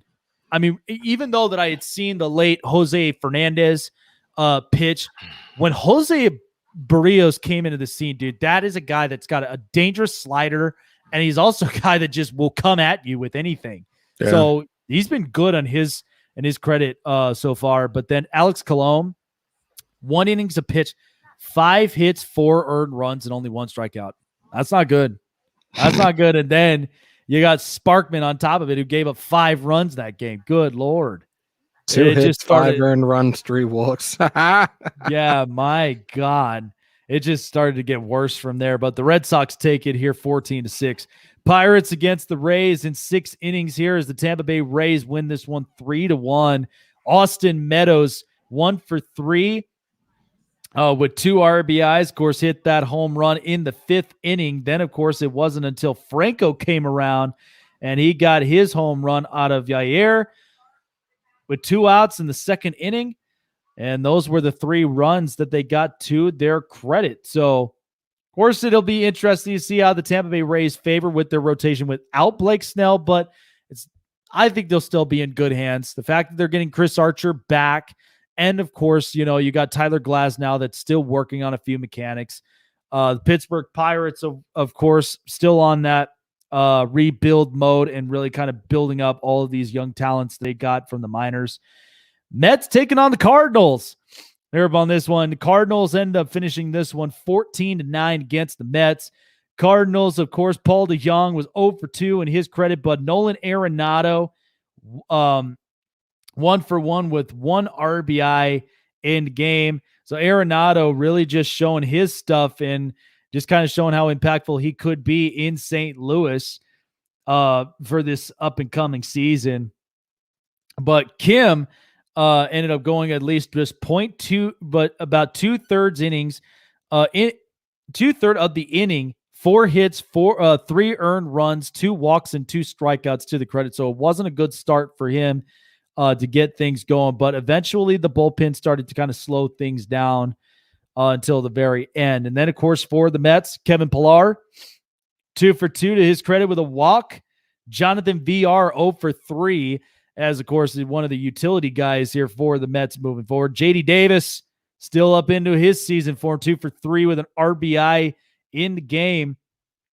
And so, and it'll be interesting to see how the Mets will do moving forward. But there are some positives you could take away from this one. Kevin Pillar with a double and a triple in his credit. I like Pillar. I think he's a guy that really does kind of spark it up when a team needs it.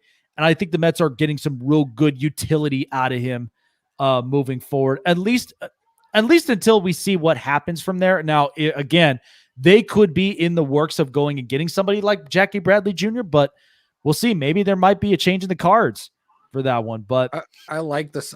I do like this signing. Mm-hmm. They definitely needed to fill more or less the bench for utility positions, so utility players. So I'm fine with what they're doing right now. Absolutely. Nobody knows where Bradley's going to go, and I feel at this point, the longer this goes on, the less money he's going to get. So that's true. On him. Yeah, that's true. We'll see what happens from there moving forward. But yeah, I like the signing too. I really do. I think he serves a really good, valuable utility piece. So we'll see what happens moving forward. Rockies taking on the Athletics. And of course, the Rockies ended up winning this one 10-7 after the A's had a 7-run cushion, lost it all right in the middle of the game, and ended up losing this one in the 7 innings, 10-7. That's the part I'm scared of right there. The fact that they're going to end up putting up they're going to put up the runs and all this other stuff. But Matt Olson with a big time double, who got three RBIs, 1 for 3 in the game. Elvis Andrus 0 for 2, but managed to get at least an RBI to his credit. Chad Pinder, that's going to be one of the guys that, again, he's still going to be a solid utility guy, him and Mark Canha moving forward. Well, Matt Chapman 1 for 3 in the game, and Steven Piscotty ended up getting the RBI from the sac fly. So you know who's interesting that I didn't pay attention to, but I couldn't believe is still playing? Pete Kozma. I've been hearing nothing but Pete Kozma in the last couple days for the A's. I know it's spring training. Something's changed. But he went 2 for 3 today with an RBI, and Kozma got a double in the game. But Pete Kozma already has 3 RBIs to his credit this spring. Maybe change of scenery or something that's happening within, the organization, but he's been looking real good. I am very impressed with this, but the rest of the bullpen, of course, just unraveled late. Acevedo and, of course, Criswell, and along with Angulo, they just gave up a total of 8 runs altogether that they managed to give up, and that was what was crucial for the Rockies to end up winning that one. Raimel Tapia ended up getting the home run earlier off of Weems with 2 RBIs to his credit. Chris Owings 1 for 2. Charlie Blackmon 0 for 2 in his game. I didn't even realize CJ Cron went to Colorado, but he was 0 for 1 to his credit. Ryan McMahon 0 for 2. There is still, oh God, you're gonna love this guy, but Greg Bird is still in the league. Greg Bird is still in the league with a walk and a strikeout. I don't even think that kid can even hit a beach ball. But Greg Bird, to that credit, ends up going 0 for 1. But the Rockies still end up winning. And, of course, some current games going on right now as of spring training. The Reds leading the Dodgers 2-1 with 2 men on first and second with 1 out here. And the Blue Jays trailing the Yankees 3-1 as we're moving into the bottom of the 7th inning here. So that is all of the games so far for spring training. So, it just seems like we're right there. We're basically there in season form, but at the same time, we're seeing at least a couple of some stories and ins and outs. But, yeah. And so looking into it now, we're going to be talking about our spotlighted team for this spring training. And on the spotlight this week is the Atlanta Braves. So you and I have been talking about it, and I know it is your division rival. I know. But of course, you know, the Atlanta Braves as a team, they ended up winning the NL East, and they ended up getting into the postseason, got to as far as the NLCS. Now, there have been some promising players who have been coming up through the minor leagues. Christian Pache that we mentioned as well. But this is kind of the story of, will we see a bigger production out of Ronald Acuna Jr. this year? That question's out there, and I think he can. I think he will. I mean, he's a young kid, got a lot of time to really just fix some stuff. But the other question of it is, how long are the Braves really going to hold on to Ender Inciarte? It just doesn't seem like I just don't think he really just has much in it for the Braves, for at least the service. But you've got Christian Pache who's coming in, and eventually he's going to take over that spot. So I mean, I don't know, but I mean, ultimately, it's funny that you're mentioning these two guys' names right now, because I'm looking at the projected lineup for the Braves, and right now, Pache's got that spot on lock. You're looking, this is the projected lineup right now, and this is probably going to be like one of the batting orders. You got Acuna, Freeman, Ozuna, Darno, Albies, Swanson, Riley, and Pache. Yep. Oh, yeah. Now, last season... good God. They still have Pablo Sandoval on the freaking roster. Are you serious? Leave Kung Fu Panda alone. The Braves finished last year. Obviously, they won the NL East. They finished 35-25. They were in the wild card. Yep. And we know how that ended for them. I think this is another serviceable team, where they are going to be at the top of the division. It's going to be a battle the entire season between the Braves and the Mets. So, all you Met fans, I'm telling you now, and Braves fans as well, I guess, every single game is going to matter, especially when you guys go head to head. Every single game is going to matter this season, because you are two of the most favored teams in the NL, obviously, aside from the Dodgers. I'm looking, when it comes to the NL this year, the Dodgers, the Braves, the Mets, the Padres are my four in the NL. So it's gonna be very, very interesting to see how this plays out this coming season for them. Now, of course, you're also talking about tough rotations in that NL East alone. I mean, you're talking about, I think the three teams that you really look at are the Washington Nationals, the New York Mets, and the Atlanta Braves, because the Nationals, they still are hanging on with Max Scherzer and with Steven Strasburg in the middle of it. And the other part of it is for the Mets, I mean, you've got Carlos Carrasco, you've got Jacob deGrom, you've got a bunch of real good arms from there. But looking at the Atlanta Braves, Marcus Stroman looked really good. I watched that splitter, man. Oh my God, that splitter was great. The splitter is disgusting, and apparently he learned that from deGrom.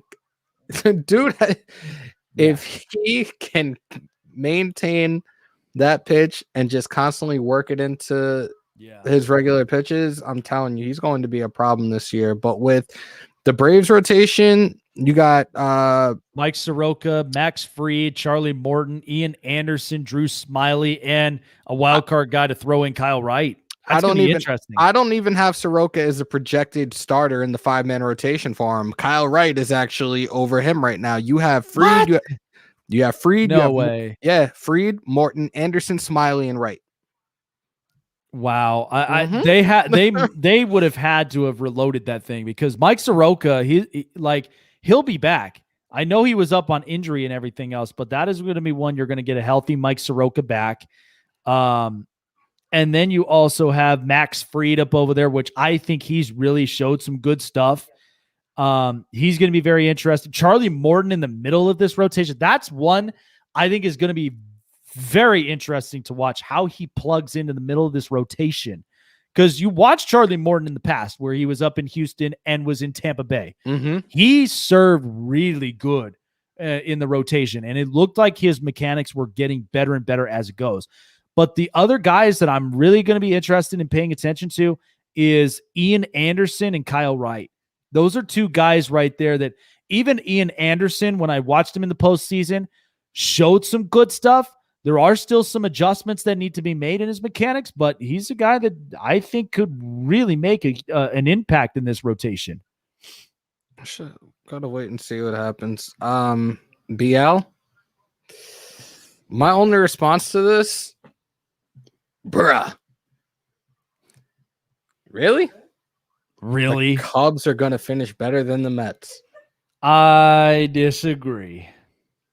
I don't know. I think the family show is out of the window with us because we kind of go off filter anyways. But yeah, meth is a terrible drug, bro.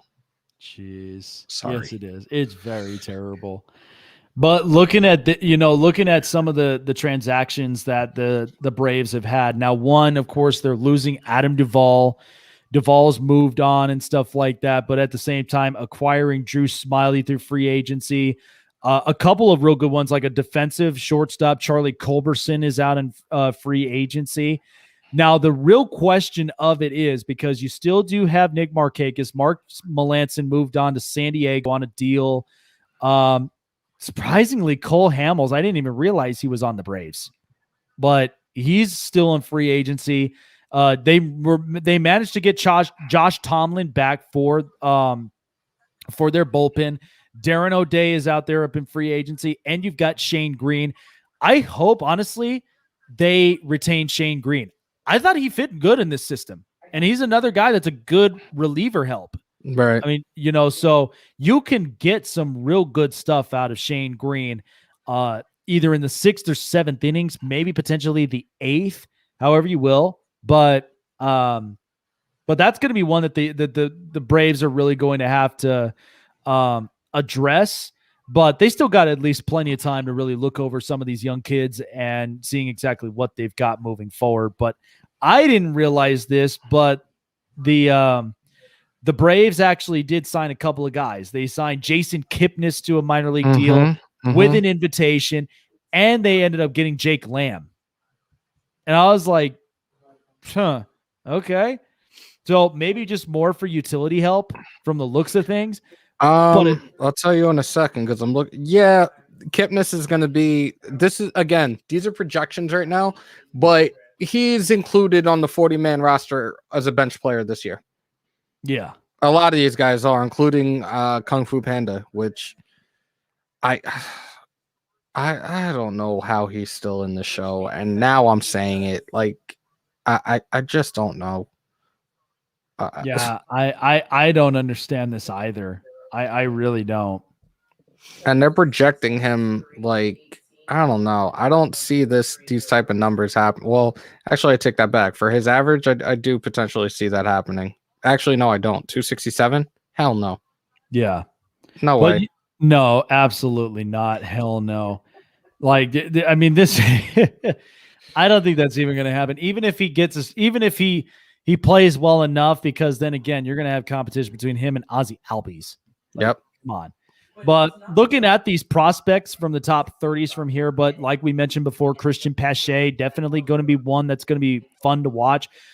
Drew Waters, by the way, we've been hearing some real good stuff with him in the minor leagues in the outfield. That's going to be one that, again, if Ender Inciarte can't get things rolling, not to mention, too, the fact that Nick Markakis is still a free agent out of the market, maybe they might bring him along just as a compensation type of thing, or they'll just let him walk, because you're also looking at Drew Waters that could potentially come into this outfield with Ronald Acuna Jr. He may get called up. He may get called up maybe mid-season, but he's not going to be on the opening day roster. No, he won't. He won't be on the opening day roster. I see more of Pache being on there than I do of Drew Waters. Yeah, absolutely. So I think give him a little bit more time, but we will eventually see him in midseason. Kyle Mueller, by the way, because we talked about Ian Anderson, but Kyle Mueller may be one that we've mentioned. Scouts have been saying is very explosive.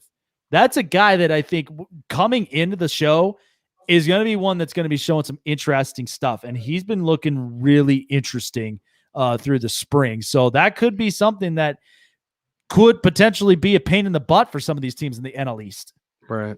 So, but Yeah, we've looked at it from here with the Atlanta Braves, but I do think it's going to be a fun competing type of season in that division, knowing that the Mets are getting better. Um, I mean, the Phillies, they're kind of staying in the middle of, of that division, but then you got the low ends where you have Washington still has a rotation, but who knows what you're going to get out of the lineup. And you got Miami down on the low end. So projection wise, I think this is my predictions right now. This is where I see this ending for the division, and we're gonna probably hear it a couple more times as we break down these teams while we're doing this for spring training. Mm-hmm. The Mets are gonna win that division. The Mets are gonna win somewhere in the ballpark between 90 to 94 games. Wow. Braves, they're gonna be slightly behind the Mets. I think they're gonna be around the range of like 84 to 87 wins. So I think they're going to be second in the division. I think the rest of the way down, it's going to be, I feel like for second place as a whole, the Braves and Nationals and Phillies, they're going to battle. Those three are going to be battling for second place in the division, and the Marlins are going to be in the basement where they belong anyways. Oh, without a doubt that they will. I mean, they are definitely going to be battling left and right, and that's going to be competition. That's going to be fun to watch down the stretch. So I truly think that the Mets and the Braves, they're ready to go toe-to-toe at it because ultimately, I mean, for me and my projection, I mean, I think both these teams, they're more than capable of winning 90 games. Mm-hmm. But I think ultimately it's going to be that last 8-game stretch.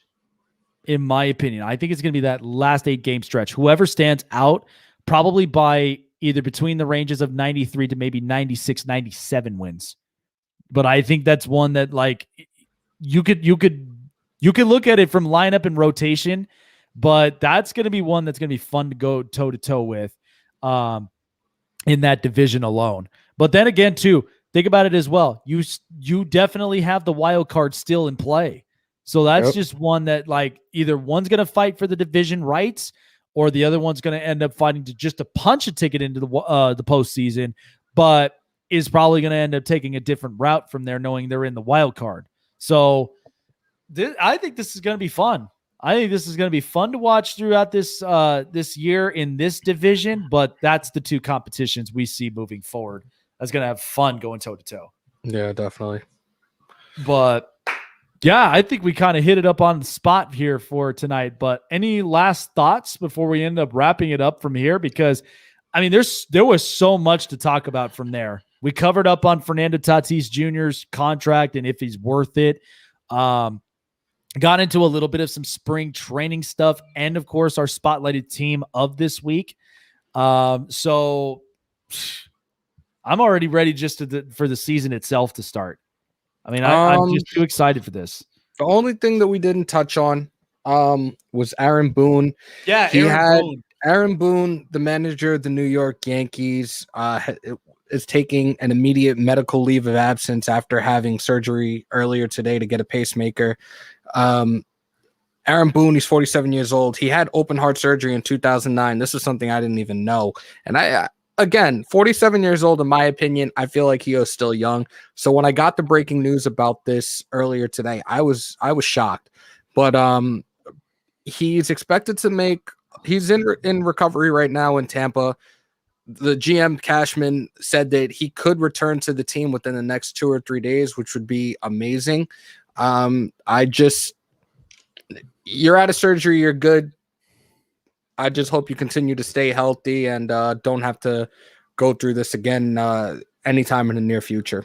Dear Lord. Yeah, dear Lord, no. I mean, think about it. My pops, he's 48 years old.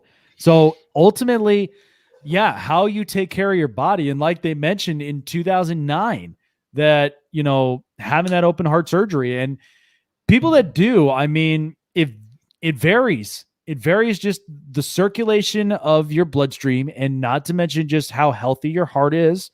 That's one that you just have to take better care of yourself. So Thoughts and prayers to Aaron Boone, and hoping that, things come out well and he makes it through on the other side of this. But this is what I've been talking about. I mean, this whole plague right now in the Bronx. It's like, dude, get that damn bug out of there, because now it's like you don't wish this upon anybody, but you're hoping that these players, they're going to play well and they're going to compete. And without having their captain there at the helm, that's going to be one that's going to be really interesting to see how the Yankees do. Is this a real question? First off, no. Like, I was having a lot of fun doing this tonight, but is this a real question? No. Seriously, dude. Like, dude, this was already passed. This is already passed on. Like, he's gone. Mickey Callaway's gone. Callaway has been gone, and I went off about Callaway years ago when he threw a little tantrum and threw a chair in front of the front office guys over them losing and everything. He's another guy that's a joke, and he's been gone and was a pitching coach or whatever he was with the Angels. But apparently this was going on when he was in Cleveland as well. I don't understand why we need to revert to somebody's past and then somebody have the gall to ask a asinine question like this. We've moved on. We have another GM. We have another GM who took place, who replaced him almost immediately afterwards. We made the moves we needed to make in the offseason to have a solidified team, a team that could potentially be a World Series contender. Something like this isn't baseball. This has nothing to do with these guys, the guys that are on my 40-man roster right now that are playing. Yeah. This has nothing to do with the general manager that I have right now. This has nothing to do with the owner I have right now. This has nothing to do with the manager, Luis Rojas, that I have right now. Don't ever ask a stupid question like that ever again. Yeah, no. I mean, ultimately, what's done is done. I mean, he was already out of the job. He was already just up and out of there. And they've already done the investigation. It's done. It's a case closed, because at the end of it, they're still doing just the personal investigations on him, but nothing to relate to the franchise or the organization or even the front office. So it's already just the stain off their hands. I mean, that's really all it is. So you had the opportunity, screwed it up, and that's just been on his own personal terms, not on anybody else's. So, oh Lord, BL, here he comes with this. You're lucky you're a Raider fan. I'm not going to go any farther than that. Yeah, right. He ain't going to go any further. But yeah, I mean, there have been a bunch of stories. This is what's so fun about spring training. Sometimes we may not be in season, but it's fun to kind of see some fun stories up out there. It really is. Because I mean, we're seeing like Pete Kozma, that we've seen him bounced around the league a couple of times since being with St. Louis years ago. He's been looking to be productive with the A's, which of course, the A's are more of just, an opportunistic type of franchise. They give those opportunities to a lot of guys. Some stories about there. I mean, some of these longtime veterans. This is the fun thing too about spring training is, even though they'll get the invites, some of those longtime veterans are usually served as guys that, like, they're showing the youngsters the ropes. Yeah, mentors. Yeah, they're mentors. And you know what? It's definitely a great feeling when you get to meet guys like that, even if it's somebody at the tail end of their career that's still with the team or whatever for spring training. Like, not as an invite, but like they're going to be on the 40-man roster for maybe another year or two. But they definitely are those guys that will be there to help and coach you, at least the ones that want to see or help the potential of these guys that, in fact, do get the spring training invites. Yeah, and think about it this way, because you're going to see a lot of these mentors from here. I mean, Miguel Cabrera to Spencer Torkelson. If the Braves decide, I mean, maybe they already have, but the fact that Nick Markakis was a mentor when it came to Ronald Acuna Jr. and Christian Pache. If they even bring him back, then he'll be a mentor to Waters. Yeah. So that, that's going to be interesting moving forward. And even for some, but I think the teams that have the mixtures of young and old vets, they kind of already have that mentality of where they're going to, like where they're kind of headed in that direction when the season starts up. So they're just ready to compete. They're ready to win now. But I do think it really does serves a purpose in that, and people tend to forget about that. It ain't even just the coaching staff that's there for each of these teams, but it's usually always the longtime players, the ones that have either taken pay cuts or they've taken small deals just to really motivate these kids. And we even see this in minor leagues too. I mean, we've watched it, even in a film of Bull Durham.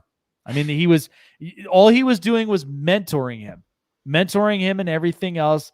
Don't shake off your catcher, or otherwise you're going to piss him off. But at the same time, you got to have fun and you got to show your stuff and you got to get better at it. So it's good. It was good, Luke. Appreciate you coming on by, man. Appreciate it. But yeah, there's been a lot of really good spring training stories so far, but it'll be fun the more and more we still continue to go on with the podcast as well.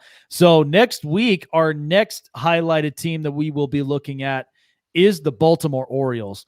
We're talking a lot about that because here's the thing. Baltimore, we already know. Look, you could laugh about them all you want. I've done that multiple times too. But this is a team that completely just cleaned house, in the last couple seasons, and now they're starting to bring in a lot of these youngsters. But here's the thing. So, mentioning, because somebody asked about Freddie Galvis. So Freddie Galvis is actually in Baltimore. He's in Baltimore. Yeah. Yep, he's in Baltimore. But for God's sakes, how long are they going to hold on to that Chris Davis deal? Good Lord.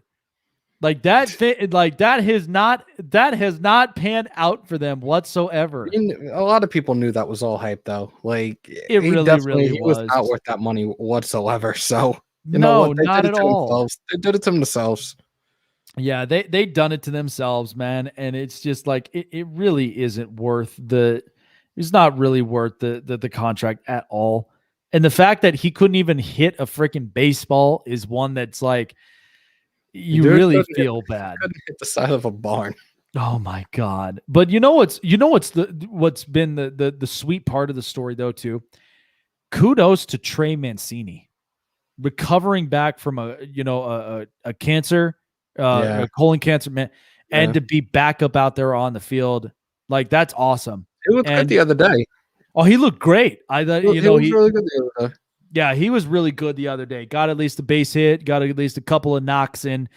That kid, I think, is going to be looking for a strong he's going to be looking for a strong campaign moving forward. And of course, hoping to make his mark and his comeback as well. I think that would be one guy, in my opinion, he'd be the front runner for comeback player. Because I think that's huge. But looking at all these invitees, Fernando Abad, as we look up over here, Matt Harvey as one of Felix Hernandez is in Baltimore, Wade LeBlanc, and King Felix is looking for a job. Can't even call. He's not even in New York anymore, so you can't even call him Dark Knight. Like the has been. You can't. He has been. He's looking for a job. Like, Lord, man, freaking Matt Harvey's just looking for a job, and it hadn't been the same since. But yeah, we will definitely be talking about the Baltimore Orioles moving forward. And again, I don't see them being an impactful team at all. I just see them really just kind of, I think they're waiting on the time when Rutschman comes in, because that's going to be a kid that number 1 overall pick in 2019 is going to be a guy moving forward that he's going to bring a lot of really good things. And think about it. This was a team moving in, back then when they had Adam Jones, Nick Markakis, Jonathan Scope, and Manny Machado, Matt Wieters, and they had at least a couple of utility guys here and there. But I mean, they had Steve Pearce at one point, but the only problem with funny about that is they could never fix the rotation. Mm-hmm. That was always their problem with Baltimore, because they're heavily on Chris Tillman. For how long? Tillman's not even a freaking a starter. I'm sorry, but it's just like they couldn't make that work. And so that's where initially that just cleaned everything, cleaned all of house. And now they don't even have Dylan Bundy. So who knows? who knows with Baltimore, but there's exciting things coming up with Austin Hayes, Rutschman, and a bunch of these kids. So it'll be interesting to see what Baltimore does moving forward. But we'll definitely be covering that next week, and I'll probably be able to give you some updates on come next week on how they've been doing so far with their spring training games. And definitely a team. I know they're not the best team right now, but it's a team I look forward to covering just for the simple fact that the spring training facility is my old stomping grounds. So definitely looking forward to covering that next week. Absolutely. It'll be some fun stuff. But we thank you guys so much for tuning in here on Turn 2 Podcast on the Spotlight Sports Network. We really do appreciate it, you guys, and we hope you guys have a great night and have a great rest of your week as well. Fun, exciting stuff this weekend. I'm definitely going to be going. I'll definitely be at NASCAR this Sunday watching the Pennzoil 400. Of course, they're letting in people, limited capacity, but I was able to get at least six tickets there, dude. So I was able, yeah. So you're going to be like, oh, they're making a left. Yeah. Oh, they're making another left. Oh, another left. You know what's funny though is like, again, my very first NASCAR race, I was 3 years old, dude. That was when they debuted in the Vegas Speedway in '98. Like I remembered it was like, it's a sunny day. It's bright. It's beautiful. It's like a Sunday joyride, and you're just out there. Even if you're not even paying attention to the cars, it's still beautiful to be outside. So and here's the nicest thing. I've noticed it recently when I go to NASCAR races. The best part is obviously the beer, and the best part of it is the food. Yeah, I actually did see that there's a barbecuing place where they've had those giant turkey legs. They even got like pulled pork sandwiches with like these pigtail fries. Oh God, man, they're worth to die for. Yeah, they like it's basically grease right in front of you, dude, but it's freaking phenomenal. So, but yeah, I'm telling you, dude, like those races right there, I've actually stayed there an entire weekend. Where years ago we were doing like this whole promotion thing, but it was nice. We had, a little trailer and stuff like that for designated drivers. So we were staying there for that whole weekend. And then you had the dragsters, you had NASCAR, you had a bunch of stuff. So it was fun, like really connecting with the fans. They're die hard about it, dude. Every single one of them down south, they're die hard about NASCAR, but it's fun. And it's even better because the fact of they're letting people in, limited capacity. They're not worried about the drivers. They're in their own, they're in their own vehicles, but of course, pit crews, everybody else. Yeah. But that's where I'll be up on Sunday and everything else. So you'll see posts from me on the page at the Snake Sports Talk Show as well, just enjoying a beautiful day. It's going to be a little bit different, but from weather conditions, from what I've seen, it's supposed to be gorgeous. So it'll be a lot of fun. Saturday night, put it down on your calendars, ladies and gentlemen. March 6th, it is going down. 3 title fights, UFC 259. I will be live doing the podcast for the main card. Most likely going to start it probably at 9:30, do a quick little kickoff show and do some predictions on the main card fights. My boy from Long Island, Aljamain Funkmaster Sterling, getting his first UFC title fight in the bantamweight division against Pete Yan. You have Amanda Nunes defending her title, and the main event, I believe, is Blachowicz versus Israel Izzy Adesanya. It's going to be a great card. We did 258 a couple of weeks back and had a lot of people came in, a lot of feedback from it as well. So make sure to come on into Hammer's house this Saturday night, 9:30. We will be live. Yeah, if you guys haven't checked it out already, and definitely subscribe to your boy Hammer's house as well here on the Spotlight Sports Network. We really do appreciate your guys' love and support, and definitely check it out. 3 title fights this weekend on Saturday. It's going to be a lot of fun. It's going to be jam-packed, and Hammer's going to have you covered from every punch, every takedown, all you guys could ask for there. He will have it all covered here on the Spotlight Sports Network and at Hammer's house. But great stuff, man. Time to wrap this thing up. But thank you guys so much for being here with us tonight. We really do appreciate it, and we will see you guys next week on this edition of the Turn 2 podcast. Jake, take care. Later, guys.